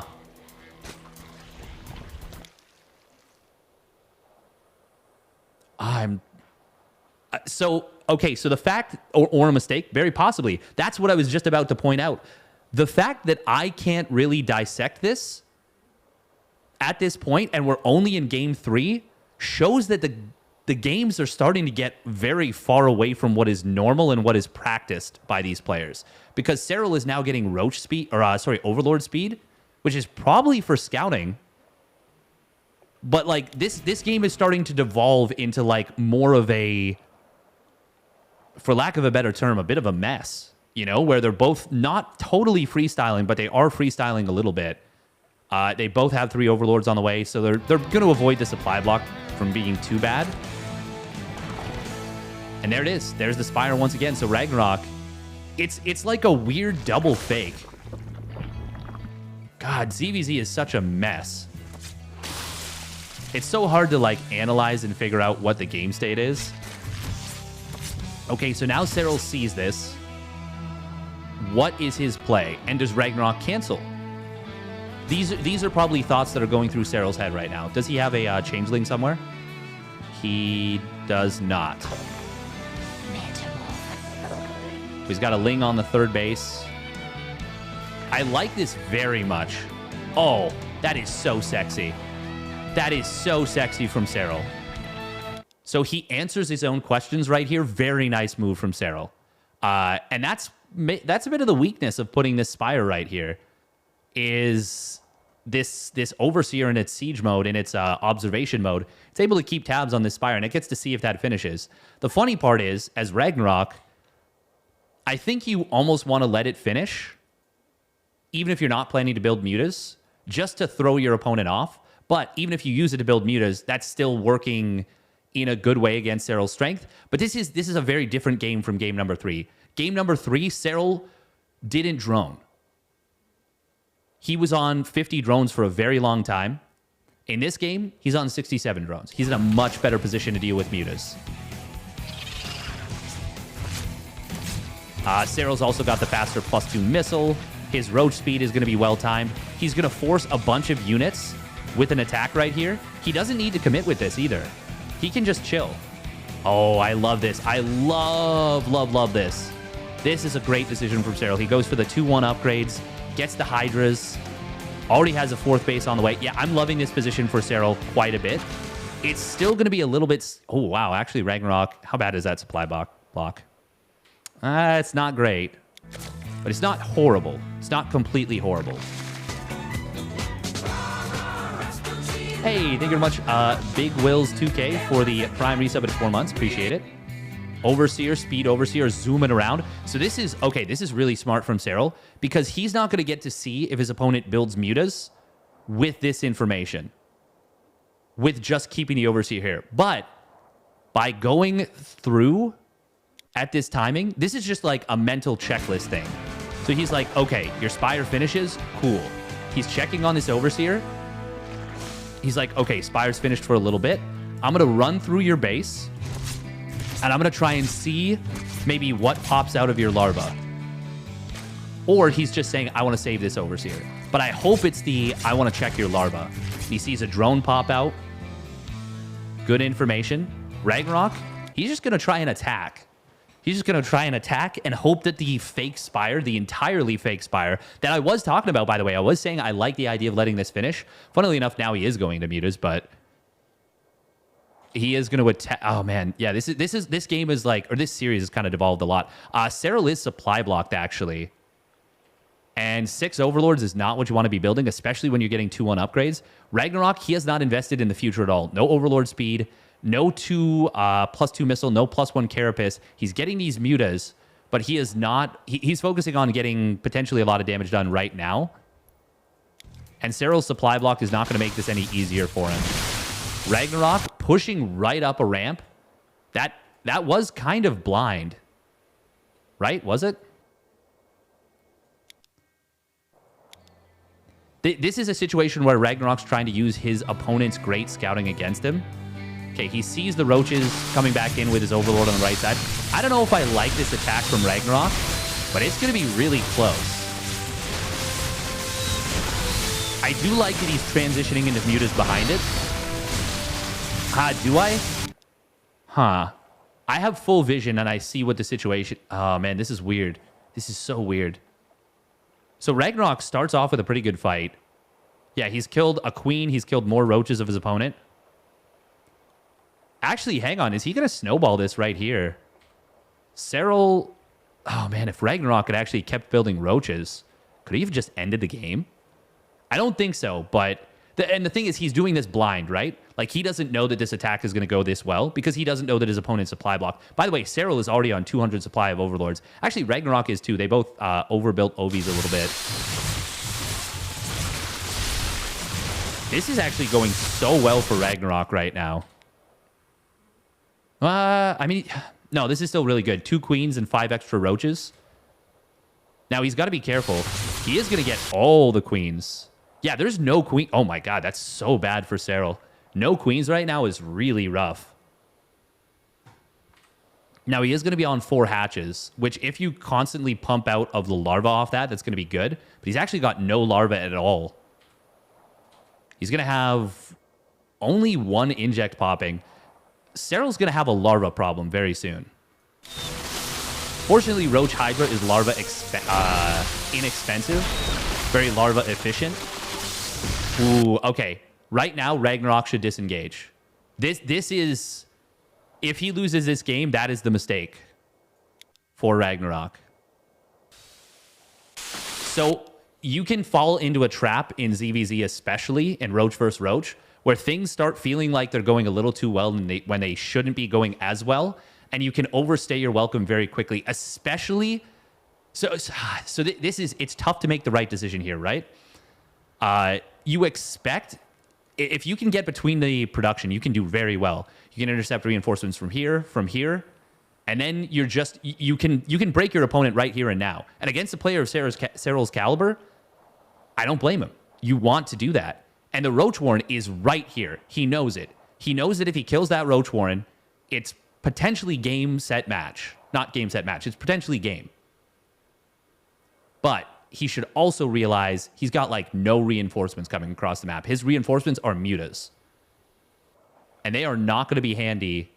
Now, the one thing I will say is that by continuing to attack, he forces roaches to continue to be produced. Serral doesn't want to add on hydras. They're way too squishy to come out one at a time and have any value. So in that sense, maybe this is a good decision from Ragnarok to keep pushing, especially because he's killed the queen.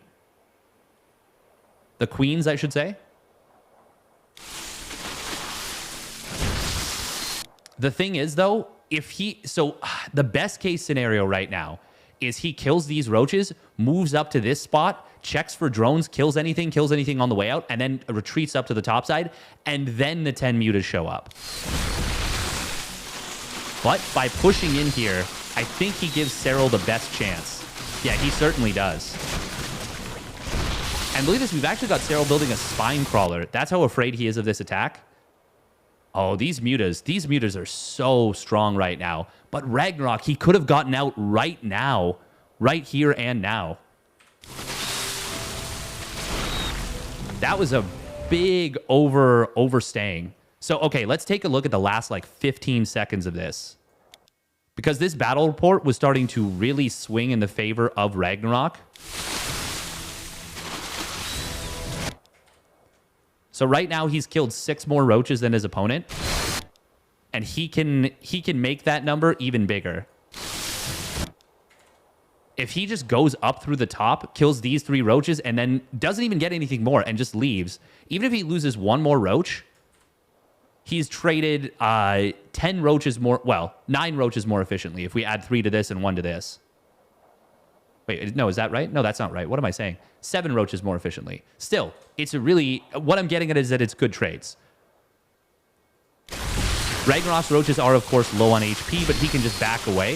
Instead, he overstays and loses, most of the advantage he gained during the actual roach fight. Still, this might be enough for him to win right now if the mutas can get even a few drones. But,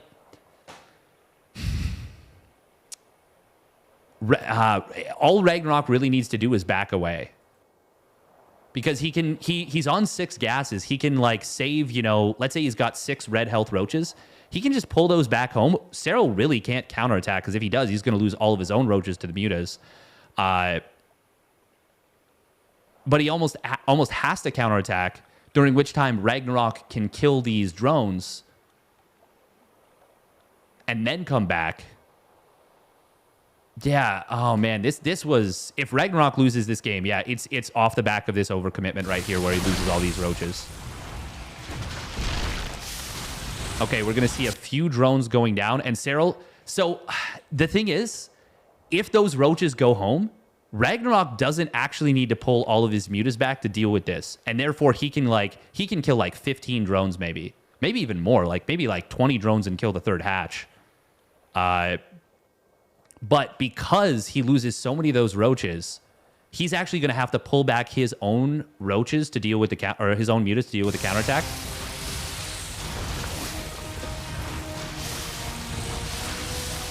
Yeah, so he gets 8 drones, which is great. But Serral's actually got a lot of roaches now. He's up 7 roaches over his opponent. But the 2-1 upgrades. Oh man, this is so just This is still a really awkward situation for Serral, and he is falling behind, and he's in an uncomfortable position. Would love to see some contaminates being used. 131, 121. Yeah, would love to see some contaminates on the hatcheries, just to slow down the production of Ragnarok. But I mean, there's so much going on, you can't blame him. Just would be nice to see. He's got energy on 1 queen, not quite on the, 1 overseer, not quite on the other one. Serral, though, during all this, canceling the spine, building a spore, rebuilding it at the third. He did lose that spore. So in terms of resources lost, like Serral, it doesn't look like that big of a difference, but that's because we're used to like ZVT, where they're not so even and like the little skirmishes don't matter necessarily as much. Or, well, they do matter a lot, but like we don't look at like a small difference and say that's a big lead. And to be honest, it's not a big lead, but at this level, it is enough to be a difference maker. Serral, though, he's kind of achieved his goal of dragging the opponent's army back home. But this is still a really uncomfortable situation because he is going to lose a lot of these units just before +1 Carapace finishes, which would make these roaches much sturdier. Yeah, I think that was like, what, 5 or 6 roaches that just went down? So this is still net very, very good for Ragnarok. It just could have been, and in fact, it might already be like too much of an advantage for Serral to overcome, but it could have been an absolutely overwhelming, completely overwhelming situation. Like impossible to make up for. Is this the IEM replay pack out? It is. It is. Welcome, Kevin and Mole, back, by the way. All right, so we've even got Hydras. Because they're in such small numbers, they are getting picked off like very quickly. Ragnarok does stay a little bit longer, maybe than he should have. But seeing the Hydras, it's hard to blame him for going after those. Because he trades out, what, 2 mutas for 4 Hydras? Yeah, that's still very good for Ragnarok. Now, the one thing I will say is that, like, in order for mutas to be effective, you want them to be in a bigger pack. Call it a wolf pack. Like, 8 mutas versus 10 mutas, it's not a huge difference, but you don't want to drop much below 8. Obviously, 10 is more effective, but 8 is still going to be enough to, like, harry reinforcements and be a nuisance. And once again, Serral finds himself in a position, even though Ragnarok, like, overcommitted with the roaches, he finds himself in a position where he pretty much must attack in the next, like, minute. Oh, Ragnarok. Oh, he's just going for it. Imagine this with, like, 8 more roaches. I mean, we can see the supplies. This is still, like, maybe point of no return situation here for Serral, especially because he lost some of those Hydras. I know I'm, like, really focusing on things a lot.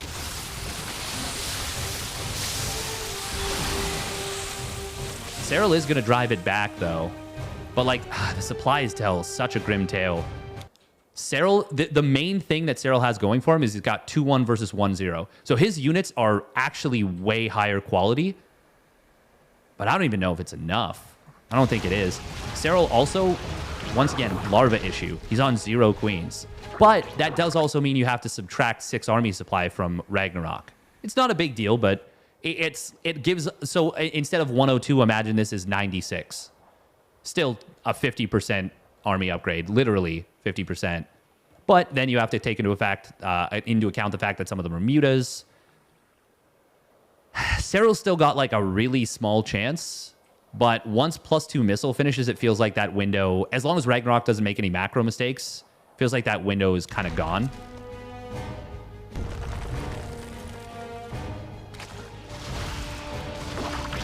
Now, how many... Oh, man, and these overlords are all going down, which is blinding Serral and making him even more uncomfortable. This series has been super uncomfortable for Serral. And Ragnarok has played it out brilliantly. Like, really played into the weakness of Serral, which is, like, mutas in ZVZ, like, the lack of information. And just chaos. Serral hates chaos in SC2. Gumiho, he is an agent of chaos. He is a player that loves chaos. Who's another player that loves chaos? Hero. Hero loves chaos when he controls the chaos. He loves to create and control chaos. Serral, I feel like he is a player that is happy to out-multitask you, but he wants to do it on his terms. Okay, let's take a look at this fight. I don't even think it matters. I think Ragnarok just has too much stuff. But I said the same thing about Serral, about that in game number 2, and Ragnarok, or Serral held him. This is actually... I mean, nah, there's just so many roaches. So many roaches. The Ravagers force him back. It's not even that many Hydras, so even though they're +2 Hydras and they're, like, shooting really fast and hard. I mean, this is a decent defensive concave. That is a lot of Hydras right there. No, I mean, look at the army supply. It's double. Yeah, there's... Yeah, any trade right now is good for Ragnarok. Like an even trade, that is. And yeah, now he gets on top of the Hydras and shifts over. Damn. Ugh. That is another, like... That is another game that is just messy. That one's a little bit more, like, within acceptable bounds. But we can see that Serral is, like, really uncomfortable. And Ragnarok is making him uncomfortable. All right, we're going to get straight right into Ancient Cistern. And I can tell you probably based on the time how long this is going to go. Yeah. All right. Yeah, this makes sense from a lot of perspectives. Ragnarok's up 2-1 in the series. He's going to 12 pull, and he's probably going to drone pull. But Serral's been looking for that. And I wonder if Serral's going to go for a hatch pool in this game before the gas, or even potentially go for like a pool first. That'll give me a good indication of what like Serral's mindset is and how good of a read he has on Ragnarok. Because if he goes for a quick pool, then like that can kind of just be like a good mental reset. Okay, he is going to go for the hatch. I wonder if Ragnarok is going to pull the drones against this. So, okay. When you go for a 12 pool, there is something you can do where you actually send a drone scout out and you check if your opponent has taken a hatch. Now, Serral's been keeping the Overlord at his opponent's, or at his natural, to check on a potential hatchery cancel into Spinecrawler play. So Serral's been kind of looking for a 12 pool all in this whole series. I'm guessing based on... This is going to be a drone pull. It's got to be. Based on the amount of time it's on the timer. Does Serral go for the pool first? Pool or gas? What's it going to be? It's going to be gas. Oh, okay. He's going to put the pool in the walls. So this is like the anti... I wonder if he'll go for like the 3 or 4 Evo chamber wall. As like, you don't get to build spine crawlers here. Because this is going to be a drone pull. Yeah. Okay, there we go. 3 drones. That's another great thing, by the way, for Serral. Is that he keeps this Overlord of the natural. He's going to get super advanced information. Even if he misses the drone pull with this first Overlord, he's going to get a lot of advanced information that's going to give him a lot of time to respond. I wonder if he hotkeys any drones in order to build like this the Evo chamber wall. Ragnarok, does he send his units on a special path? I think so. Because I think... Wait, do they normally go to the right? This is something I should know off the top of my head, but I think if you click on your opponent's natural... Do they go this... I don't think they go this path normally, right? Yeah, they should go through the middle. So it looks like Ragnarok did path them around. Ooh, Serral's Overlord. Yeah, it's checking on the right side. Oh, he sees it so early. Oh, man, that's big. Yeah. Oh, my God. Serral had such a good read on this. Unfortunately for Serral, he wasn't able to cancel the gas guys, so that would have been, like, best case scenario. So when you see this... First things first, you want to get your drones off gas because they're not going to help you. Gas is a nothing in this game. The game is going to end very soon. Now, do you cancel the hatch? Do you send drones to the natural to try and build spine crawlers there? Or no? Okay, he's going to do this. He is going to do the Evo chamber wall. He could build a spine crawler right here, maybe even here as well.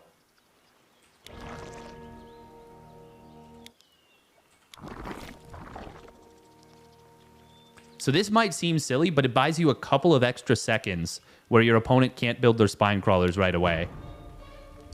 And now they start.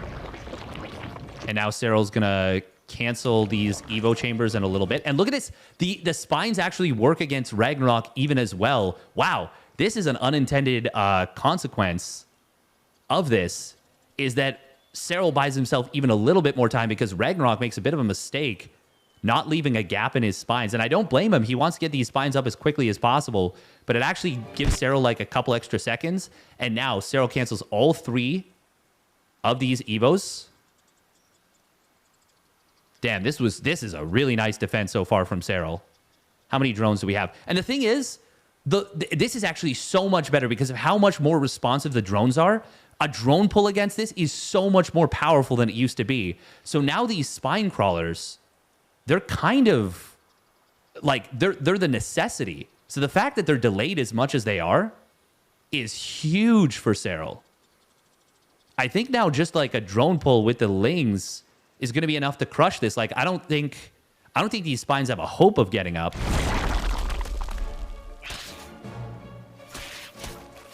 Serral, oh, he's just stacking up. Ooh, okay, this is cute from Ragnarok. Oh, but he's setting himself up to get absolutely clowned on right now. So Ragnarok is setting up to surround the eggs, but this is a perfect situation for Serral. Look at this. He's even rallied the Lings onto the his Lings onto the Lings of Ragnarok. There's only 6 Lings here. Serral is super stacked up. These drones are gonna like massacre these Lings of Ragnarok if he doesn't pull back instantly.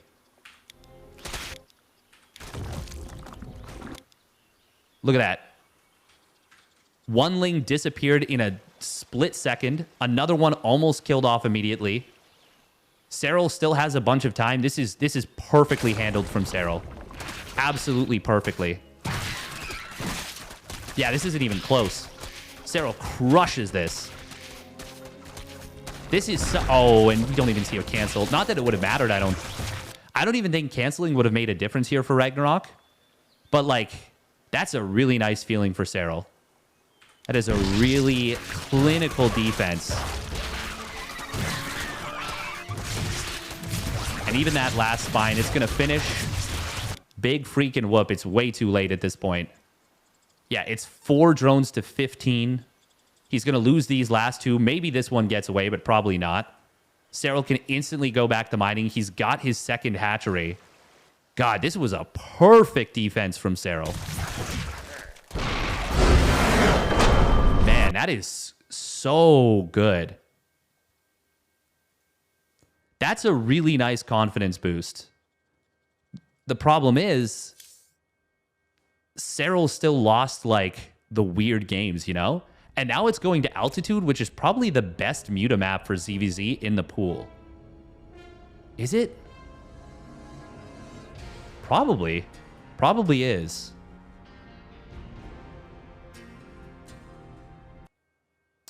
Oh, man, that's... This is such a weird situation. Like this series has been so scrappy and messy. Yeah, I think Altitude is the best Muta map for ZVZ. Yeah. Yeah, I'll commit to that. Because Dragon Scales is a little bit more difficult to get up to the Mutas, I think. Whereas Altitude is... They're both going to be difficult to get up to the Mutas, kind of.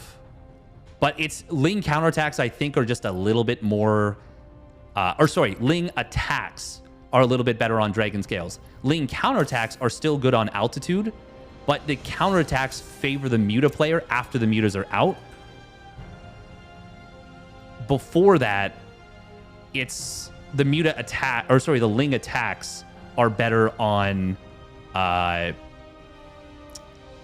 Altitude. On Dragon Scales, which was game number 1. And... yeah, it's just, there's going to be probably a lot going through Serral's head at this point of like, man, like I might have to do something weird to make this happen for game number 5. Okay, let's get into the final game. This is the one. All right, this is the final game of the series. This is the one that everyone talked about. I honestly haven't even seen the clip yet of the the moment in question where everyone was saying Serral left too early, he should have stayed in the game. But I wanted to do the whole series as a breakdown because obviously it is not just about this game. It is about the games that led up to it. Serral's mindset has already been tested. The game states have already been weird and things have already felt off for him in this series. There is no doubt of that. His defense was perfect in the previous game, but that was not a macro game. That was Ragnarok throwing spaghetti at the wall saying, okay, defend this perfectly. If you don't, you're out. Which is already such a mentally strenuous thing. But to Serral's credit, he defended it perfectly. This isn't even the textbook because you can't expect people. His defense in Game 4 wasn't even a textbook defense because if you tried to put it in a textbook, people wouldn't be able to learn it. They wouldn't be able to do it as well. You know, it was too perfect for a textbook. That's how good it was. It was genuinely perfect. But with all that said, let's take a look. Let's see how this opens in game number 5. Altitude, big map. As I said, there's a lot of areas to kind of keep track of. Not as many as Dragon Scales. Dragon Scales is... it's almost so big to the point of being a little bit silly. But we've got attack path here, entry here. You kind of have this like island a little bit with the high ground ramps. You got an attack path here that you're going to want to keep track of. And then an attack path here. So it's only really 3 entrances. If you pull back, you can maybe turn it into 4 entrances if you take the pocket third and like push the overlords away. But it's realistically not going to be too much. I do expect that both players will hatch first here. Serral has already shown he can defend a 12 pool, and Ragnarok, I mean, he's playing a win. He's not gonna mess about. So yeah, unsurprising that this played out the way that it has so far. Neither one of them getting an early pool. Once again, Serral has shown that he can defend a 12 pool, drone pull all in without even getting an earlier pool than normal. So like, that is, yeah, that's good. That's very solid. We're just going to keep it on faster for the first little bit until we get to actual decision points. And even then, the first, like, who builds lings first is not really too substantial unless we see somebody banking up larva. Like, we're not going to see, like, a dark all-in where one of them gets ling speed, you know, 15 seconds earlier than the other and tries to just smash through. That's not going to happen here. And in fact, they even both got the lings at the same time. So yeah, normal. Now we do see Serral adding on a second set of lings a little bit quicker. Does that mean he's going to try and get across the map and harass his opponent's third while defending his own? Maybe. And in fact, I think that's exactly what it's going to be. Also, this is just a gripe, but I am annoyed by the fact that this little doodad on the map that's meant to show the center is a little bit off center. You know, this hatchery looks like it's misplaced if you go by what's on the map. It's not a big deal. It's just a little gripe of the map. But I do love these little circles that like indicate where things are supposed to go. But it's just a little, you know, little gripe. But otherwise, it's a map that's actually given us some pretty great games. So I can't complain too much. Well, I can, but I'm not going to. Ragnarok is already up a couple of drones, by the way. It's already up 3 drones. Serral did build 1 extra ling, but how? How is he... Okay, there's 1 extra drone here on the production tab, 1 unspent larva, and 1 extra set of lings. Wow, okay, I guess that's it. Huh. It's not a big difference, but Ragnarok is just playing maybe a little bit tighter.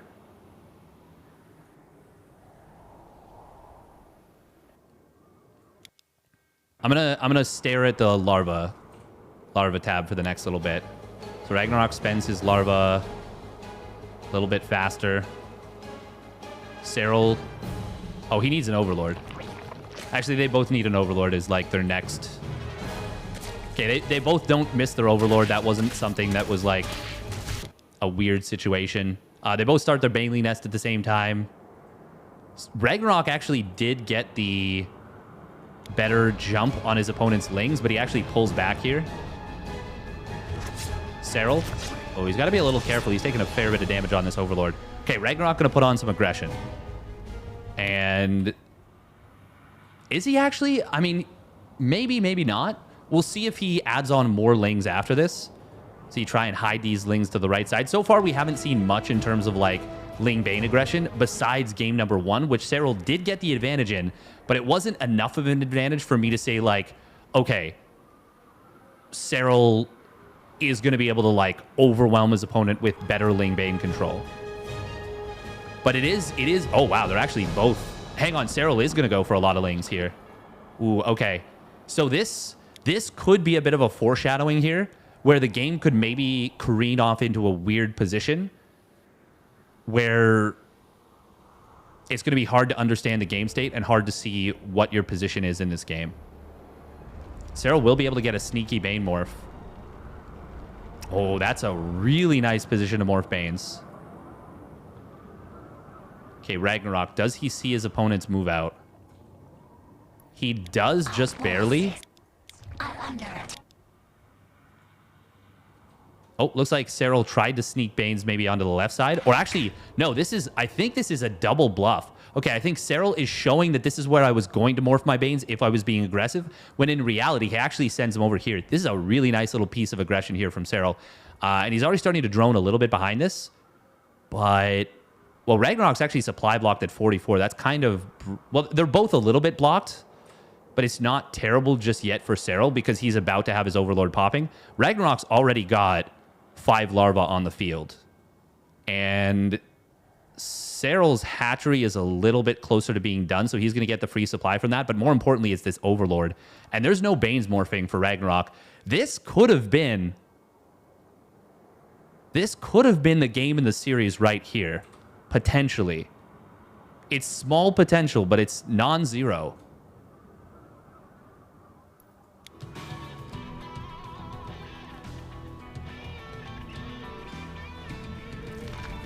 Okay, there's the Banes morphing in defensively from Serral. Oh my goodness. If Serral had clicked these Banes, I think the series is over. And he could have. He could have gotten them. Oh. This is the only Banes that are morphing defensively. And because Serral knows that they're wounded, he knows that they had to have just started recently. If he kills these Banes, this is probably the series over. These 2 Banes got up sneakily. Ragnarok is not prepared.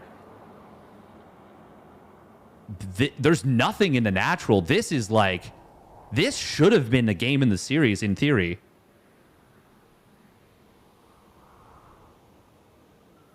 Ay, ay, ay. Did he kill these? Oh, he didn't see them. He didn't realize. Oh my god, if only he knew. I do like the addition of the 2 Banes morphing in right here. This is something that Serral missed out on in game 1, and it really cost him...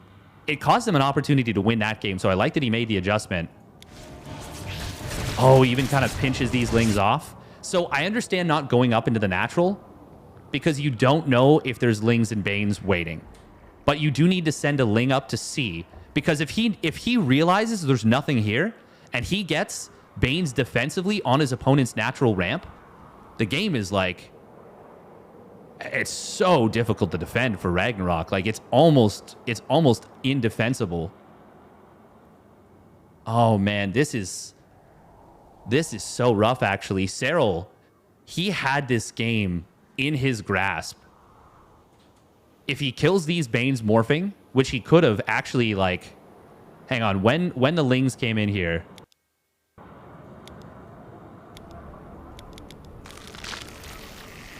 What was the HP? 13 HP, I think, on both. Even with the... Yeah, these Lings could have gotten the cancel. Oh, man. That is tragic.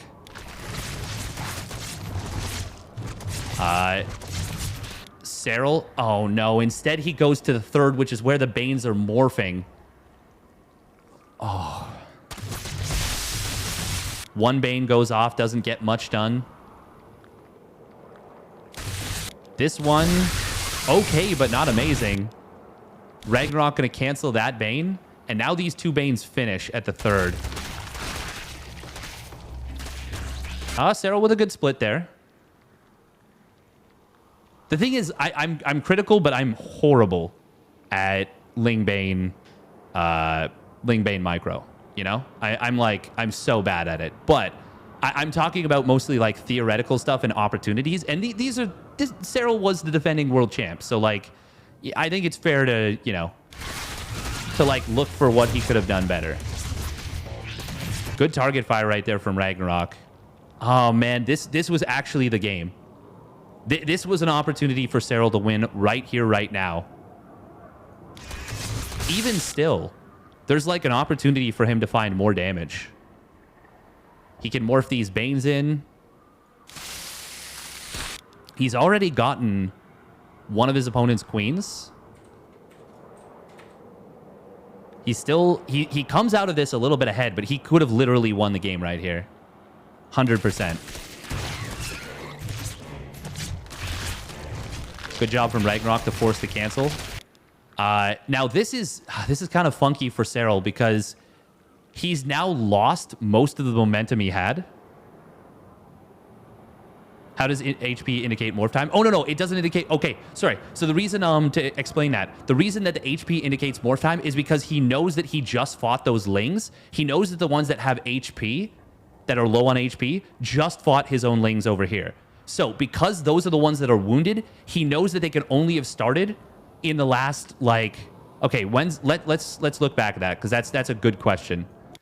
And a very valid one. So Serral's Lings are over here on the left side. They fight these Lings. And Ragnarok pulls back. The last moment that Serral has vision of them, 339, let's say. He knows that they were just here. Now, this is like, to be fair, this is like a little bit big brain. And the series has been discombobulating 100%. But it's not like he disappears for a long time with these Lings. These Lings come back in pretty shortly. And even if you don't know exactly when they morphed, which, well, they morph right now, which is pretty much immediately, Serral goes back in almost instantly with these Lings. He would 100% have been able to cancel these with these two Lings. If he sends them in... Now, he doesn't know exactly where the Banes are morphing, to be fair. But he does get vision of it. And as soon as you get vision of it, you see that these Lings, these Bane cocoons are red. You know that they just started morphing. They can't be more than about 5 seconds along. Exactly, Krabuki. We're talking about someone who is considered to be, by many, is considered to be the GOAT of SE2. Exactly. Even if you, like, just putting the two... Even if you don't know, and these are 99% done, it's still worth to put the Lings on here because they're going to then aggro on top of them. Chances are they're probably going to kill them even if you don't know the morph time because it's only going to take you... I think Bane's... I'm pretty sure Bane cocoons have 1 armor.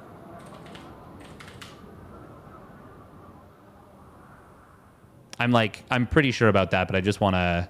I want to double check that. Baneling cocoon. Okay, sorry, it has 2 armor. 2 armor. Still. Man, 2 armor is so much. Can you switch to Serral's vision to see if he looked at the Banes? He probably didn't, to be fair. He probably did not.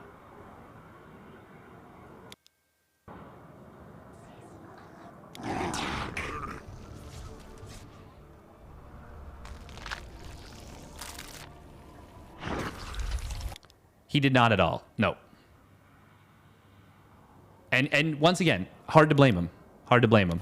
Our forces are under attack. But with the information he had available to him,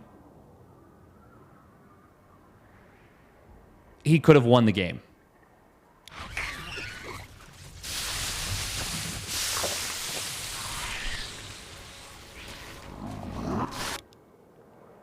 Like this was a... Okay, and to put the shoe on the other foot, Ragnarok is taking a huge gamble that Serral won't spot those Lings, won't spot those Banes.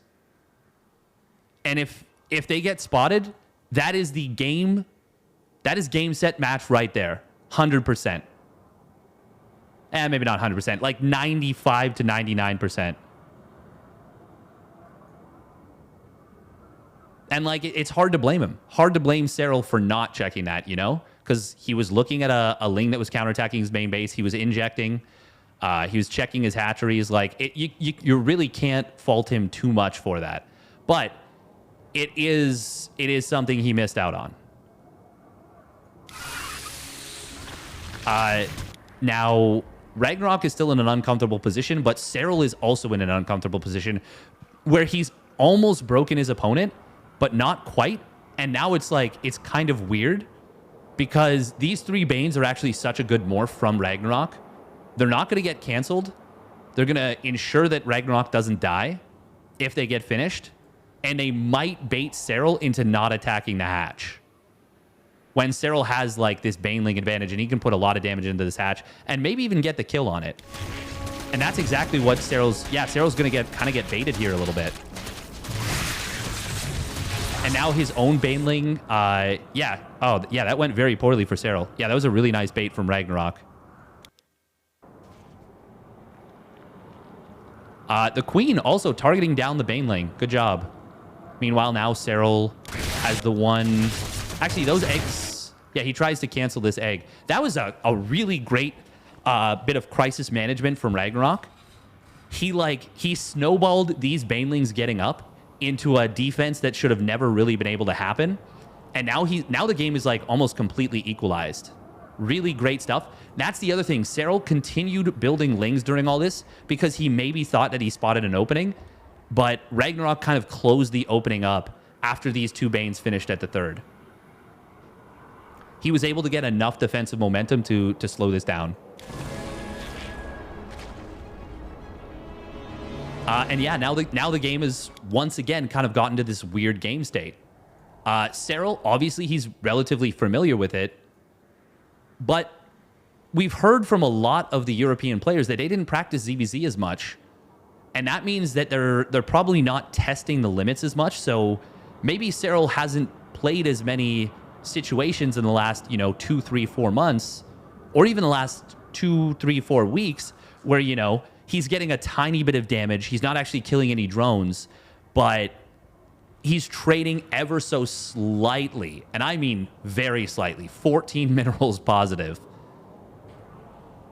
He may not have a perfect grasp of this game. So we're only 4.5 minutes in, and the game has already gotten a little bit weird and a little bit outside the norm. And I mean, the fact that he's building 4 Banes defensively instead of just 2, I mean, it shows that he's a little scared, Yeah,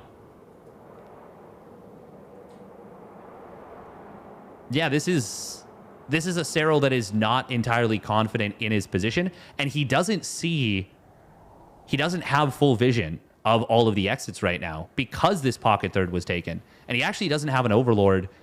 So if Ragnarok sneaks Lings out to the left side, they're going to get all the way up potentially to here before they get spotted by Serral. Now, of course, there's this watchtower that gives a lot of vision, but it doesn't give entire full vision. So now the game has already kind of devolved into this weird state that Serral has not been looking particularly sharp in. Okay, now they are both droning, and we can see that the game is even. The game is dead even. It is 1 drone difference. It is 1 Bane difference. 2 Zerglings. They're both still on 3 queens, even though Serral killed one of his opponent's queens. Like, it wasn't like a previous game where he got like 3 queens or 2 queens. It's literally just 1 queen right now. And we've got now Ragnarok doing what Serral did in the first 2 games with this fast Carapace. And up until this point, every game that Ragnarok's gotten a quick Evo, he's gotten +1 missile.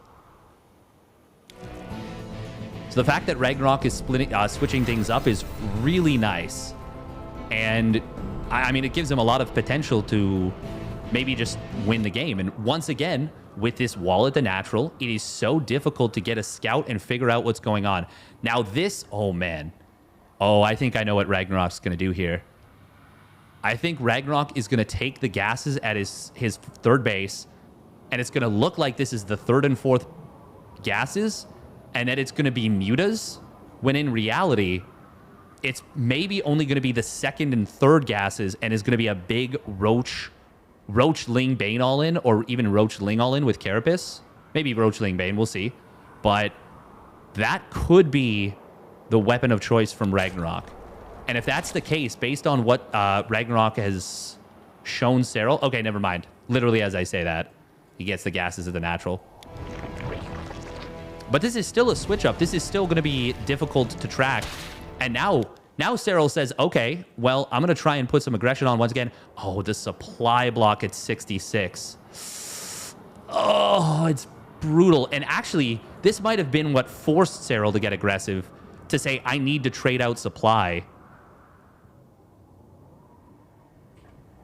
Man, this game has just been so messy.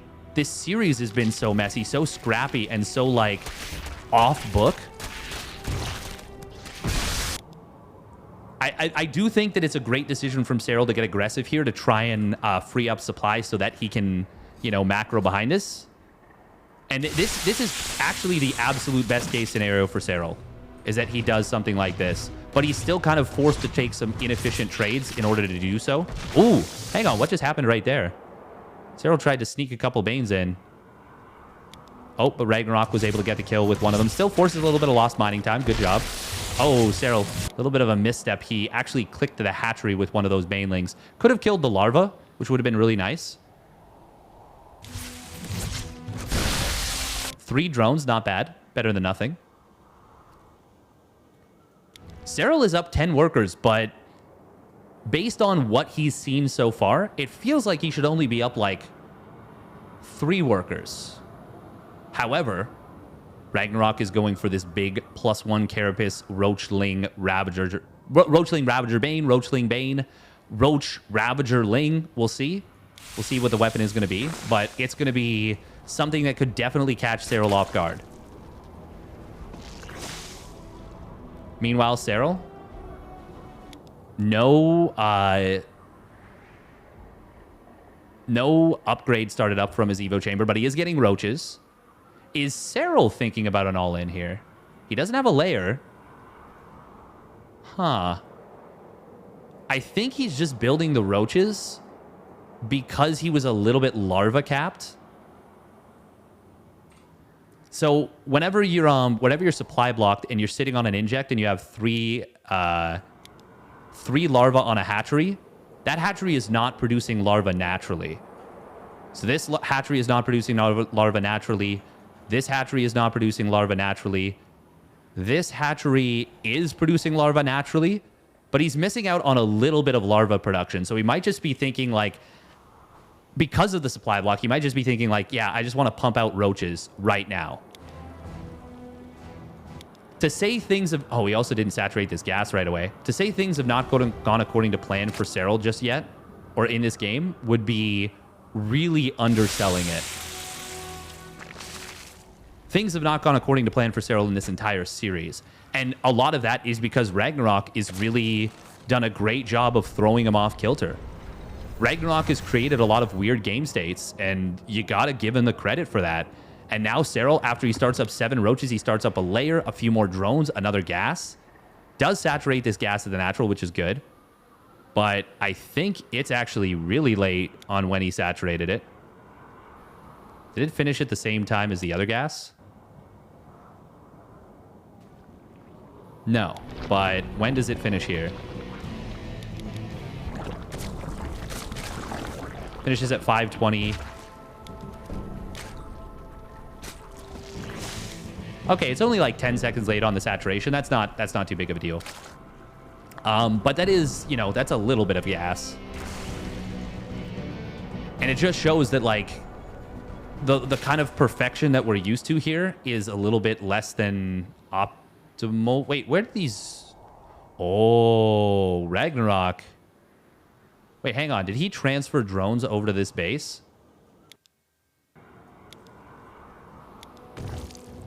I think he starts to.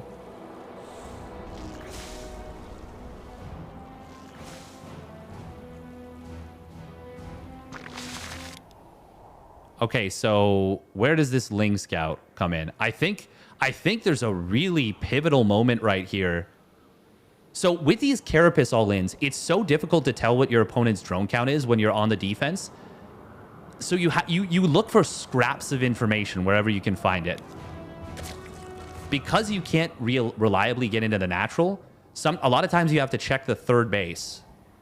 Now, Ragnarok might have seen this Ling coming and transferred drones, showed a drone transfer coming through, which would look very natural to Serral while this attack is like forming up, while it's getting made.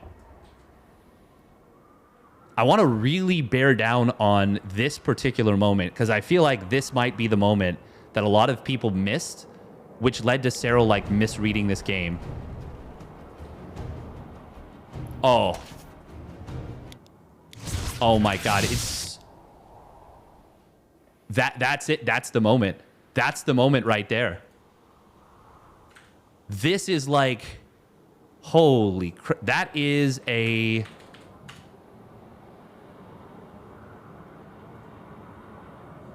I want to get this right. That right there was a $20,000 moment. That was it. That was it. This is a $20,000 moment right here. I want to check Serral's vision to confirm, but I'm almost certain that he saw this drone come out. This is Giga Brain, if that's correct.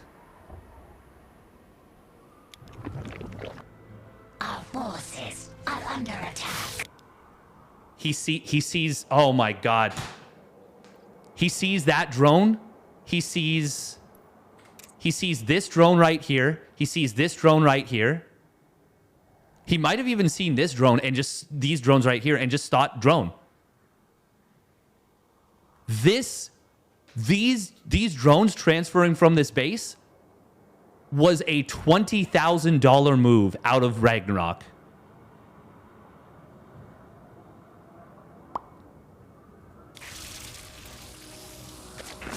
This is why Serral misread the game.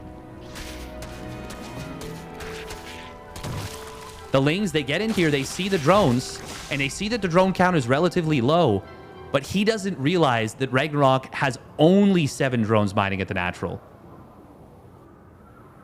This looks like less drones than they're supposed to be, but not by as much.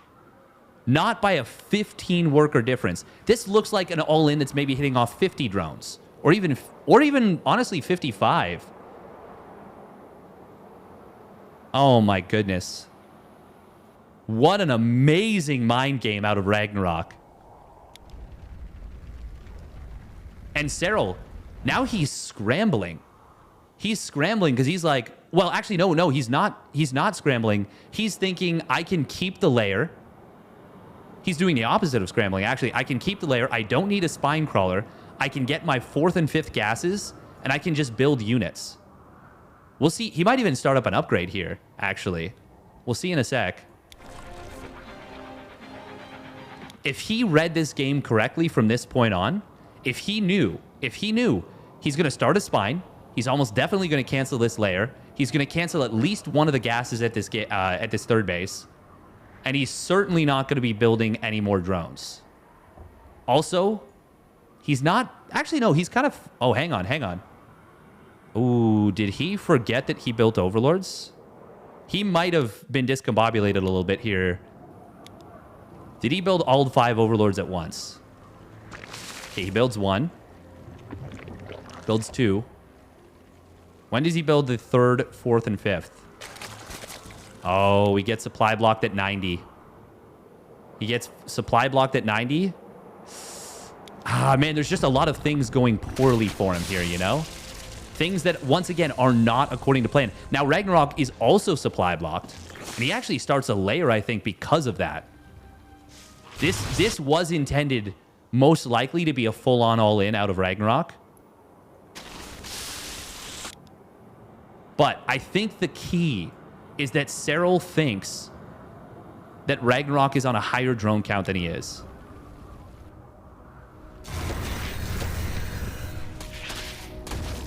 Serral going to come in for the Ling counterattack.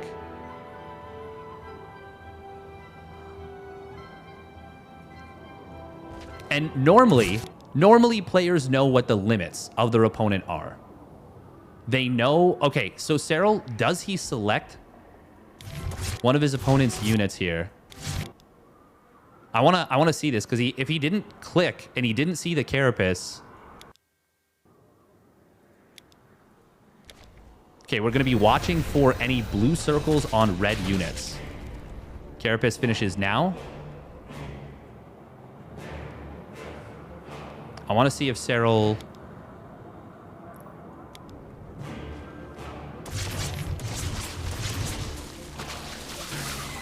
I don't think that he did.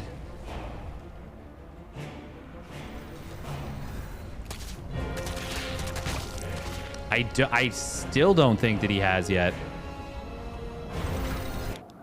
I'm not even sure if he's identified yet that Ragnarok has gone to Carapace. By the way, during all this, Serral has built 5 extra drones. Yeah, there's 3 more drones finishing up right now. If he knew what we know, he would obviously not have built those drones. Even another drone coming on in, even though... Oh, I don't know. Actually, hang on. Let me check Serral's vision here.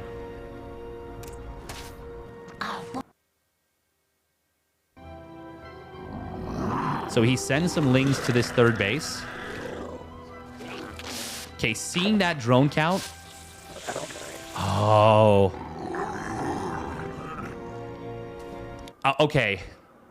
Based on what you and I know, that's enough information for him to build spines. But he doesn't realize that there's drones popping out, or that there's so few drones in the natural. He probably thinks that Ragnarok is on like 50 to 55 drones. So he's not thinking he can get away with building a spine, I don't think. That's what it feels like. It feels like that's the read for Serral right now. Otherwise, he would have an easy decision. Right now, it's easy for you and I to see. He should build at least 2 spines. At least. And even to highlight that point, what does Serral spend his resources on instead of units? He's got 8 larvae right now. He spends it on roach speed and +1 missile. I really can't overstate that those 2 drones that Ragnarok transferred to the third won him this game and this series.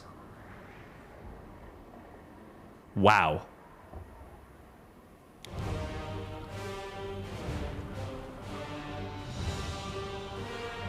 Ragnarok's actually supply blocked right now as well. When he wants to be reinforcing, he's actually, it's like not that bad. But yeah, Serral thinks that Ragnarok is on, yeah, for sure. He thinks he's on at least 10 more drones. Maybe 9. Open the tab that shows what players know.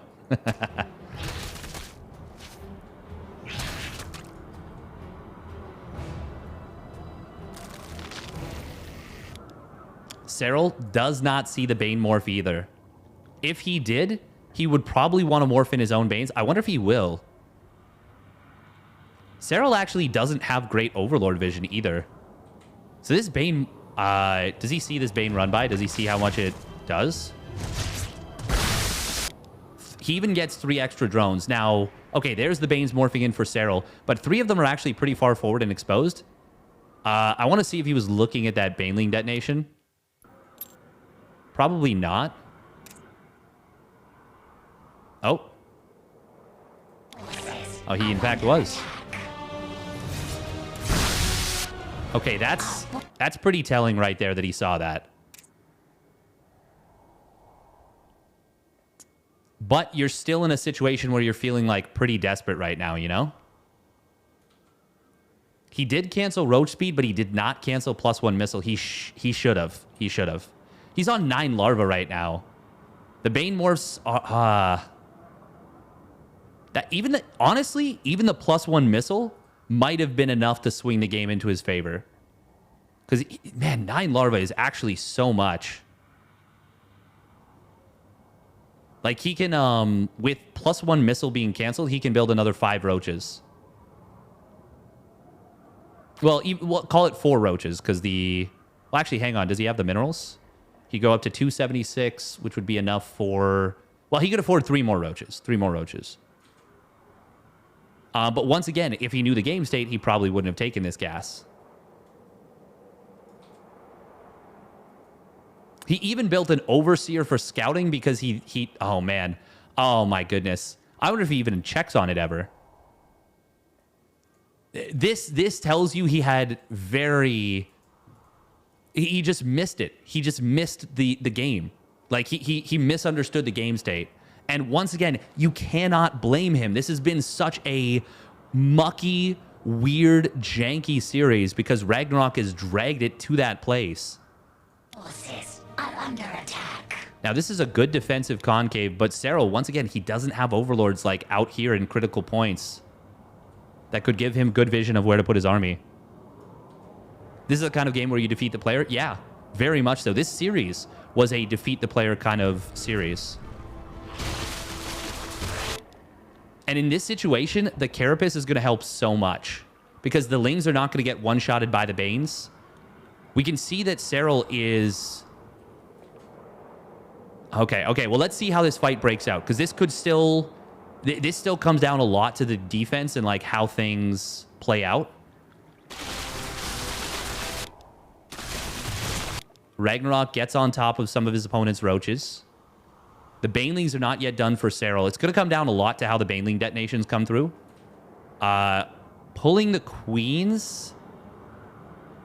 I actually wonder if that's the right call. Imagine this fight, though, with even 1 or 2 spines. That fight goes drastically differently. Oh, man, the Carapace helping so much here. For Ragnarok. Serral does have a lot of roaches in production, but they are kind of segmented off. Lings getting it on top of the roaches of his opponent. Banelings. Ragnarok probably should have pulled the Banelings back at this point, just to like deal with Lings of his opponent. There's no... Okay, so here's a crucial moment. There's no injects coming in after this round. So Serral's only going to be able to build roaches here. Ragnarok is kind of pinching off reinforcements here at the left. It's all Lings on the reinforcement from Ragnarok. It is a long rush distance. Army supplies are even, but Serral is thinking that Ragnarok is on a much better economy than he is. Serral's Overseer, where did it go? Where did he lose it?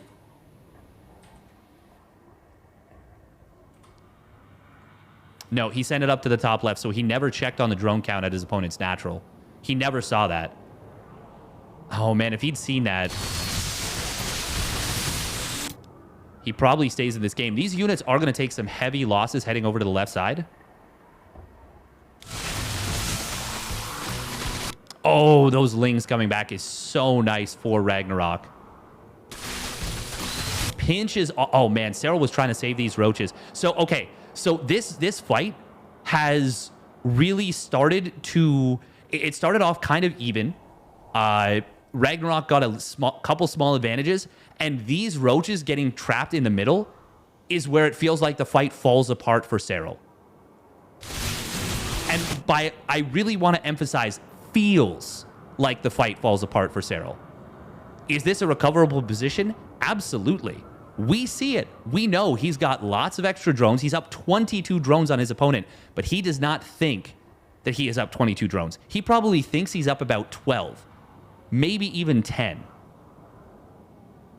Because he doesn't know. He doesn't know that there's 9 drones missing from this natural expansion. He's got no idea about that.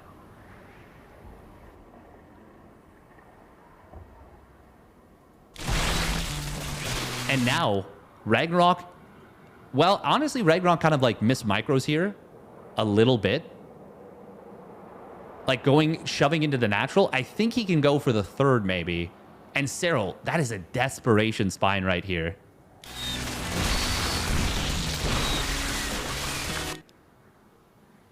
Roaches, they're getting picked off as they pop out. Like, this is... Even if we can see that there's not many... Like, it's even. The roach count is even right now. There are a lot of lings that are going to flood across the map. They are in the process of flooding across the map. Serral sees this. Ragnarok, it feels like Ragnarok has Serral on the ropes. It feels like that. Almost definitely to both players. Ragnarok, he knows how desperate of a situation he's in. Serral does not know how desperate of a situation Ragnarok is in. He is not sure about this. He does not know that Ragnarok is down at such a low worker count. Nice pullback on these roaches. And GG, well played. Good luck gets called. It makes sense. It makes sense. This is not a game that was lost in this game. This is a game that was lost because it was game 5 of the biggest tournament of the year. And Ragnarok had played excellent mind games throughout, had really thrown a lot of wrenches into the spanner of Serral's approach.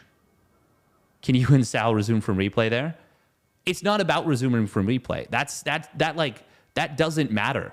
It's what Serral thought the game state was. It's not about what we... Okay, and I really want to hammer a specific point during the fight home.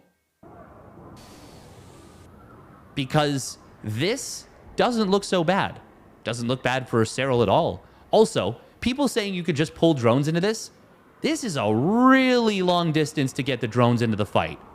This is the worst map for pulling drones. This is the worst map for pulling drones. It is so far away. Serral doesn't know that Ragnarok's on only 37 workers. He thinks he's on a minimum of 45, maybe even 50. He does not think that it is that big of an economic gap. But the big critical moment of this fight is right now when Serral... And also, you don't want to pull drones into lings that are here. These are +1 carapace lings. The lings are going to eat these drones alive. Just the lings. They're going to do so well. And what's now, even if Serral had pulled the drones, I don't even know if it would have been enough to save these roaches. But here is the game-breaking moment. And I think if I looked at the video, it would sync up to this moment. Is these roaches trying to escape to the left side? And Ragnarok says no. This is where he takes the last bit of hope that Serral might probably have felt like he had. Once again, I want to emphasize felt like he had. I'm not saying this is what Serral was feeling. I'm saying this is my read of what Serral was probably feeling. Because I have been in this situation before as well. I've played a ton of ZVZ, and more importantly, I've lost a ton of ZVZ. When you can't get out with these roaches and they get cornered like this, that is a real, moment. That is a huge moment where you just feel like you're like, crap. What can I do now? And now, these last couple roaches get picked off. Ragnarok starts... So the thing is, Ragnarok, we know that Ragnarok should have killed these roaches. But this shows us a little bit of the game state. Ragnarok is also desperate. He knows he actually can't let Serral rally in and get more units. Serral does not know this. And Serral, you can't just read Ragnarok going for the win as Ragnarok must go for the win right this moment in order to have a chance. This is a completely understandable scenario for Serral to be like, well, like he's just going to kill me, you know, like the game is over. And it's this little trap. It's these lings trapping the last bit that makes Serral give up, finally. And like, I really don't...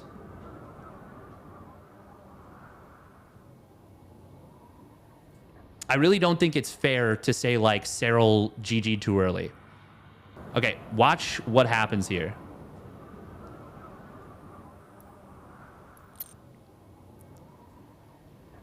Here's what Ragnarok sees.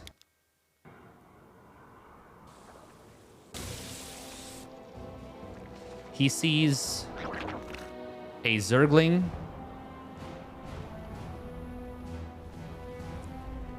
He sees a Zergling coming in. And he transfers drones over to the third base. The funny part is, I actually think... Okay, so Ragnarok actually didn't see the Zergling. Maybe he didn't see the Zergling, but he was looking to transfer drones over to that third base to make it look like a... To make it look like there was more drones at the third. Serral, though, sends this Zergling in.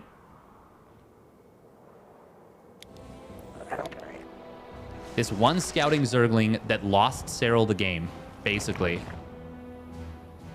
Sees the drone for a split second. Split second. And that's what makes Serral think that Ragnarok is droning up harder than he is. He doesn't realize that that's Ragnarok transferring drones away from the natural. Ragnarok was going to go down to 4 drones mining at the natural. He was preparing to transfer all 5 drones over. Regardless, Serral sees the drone, and that's what caused him to misread this game. That's it. That's the story of this game. That's the story of this series.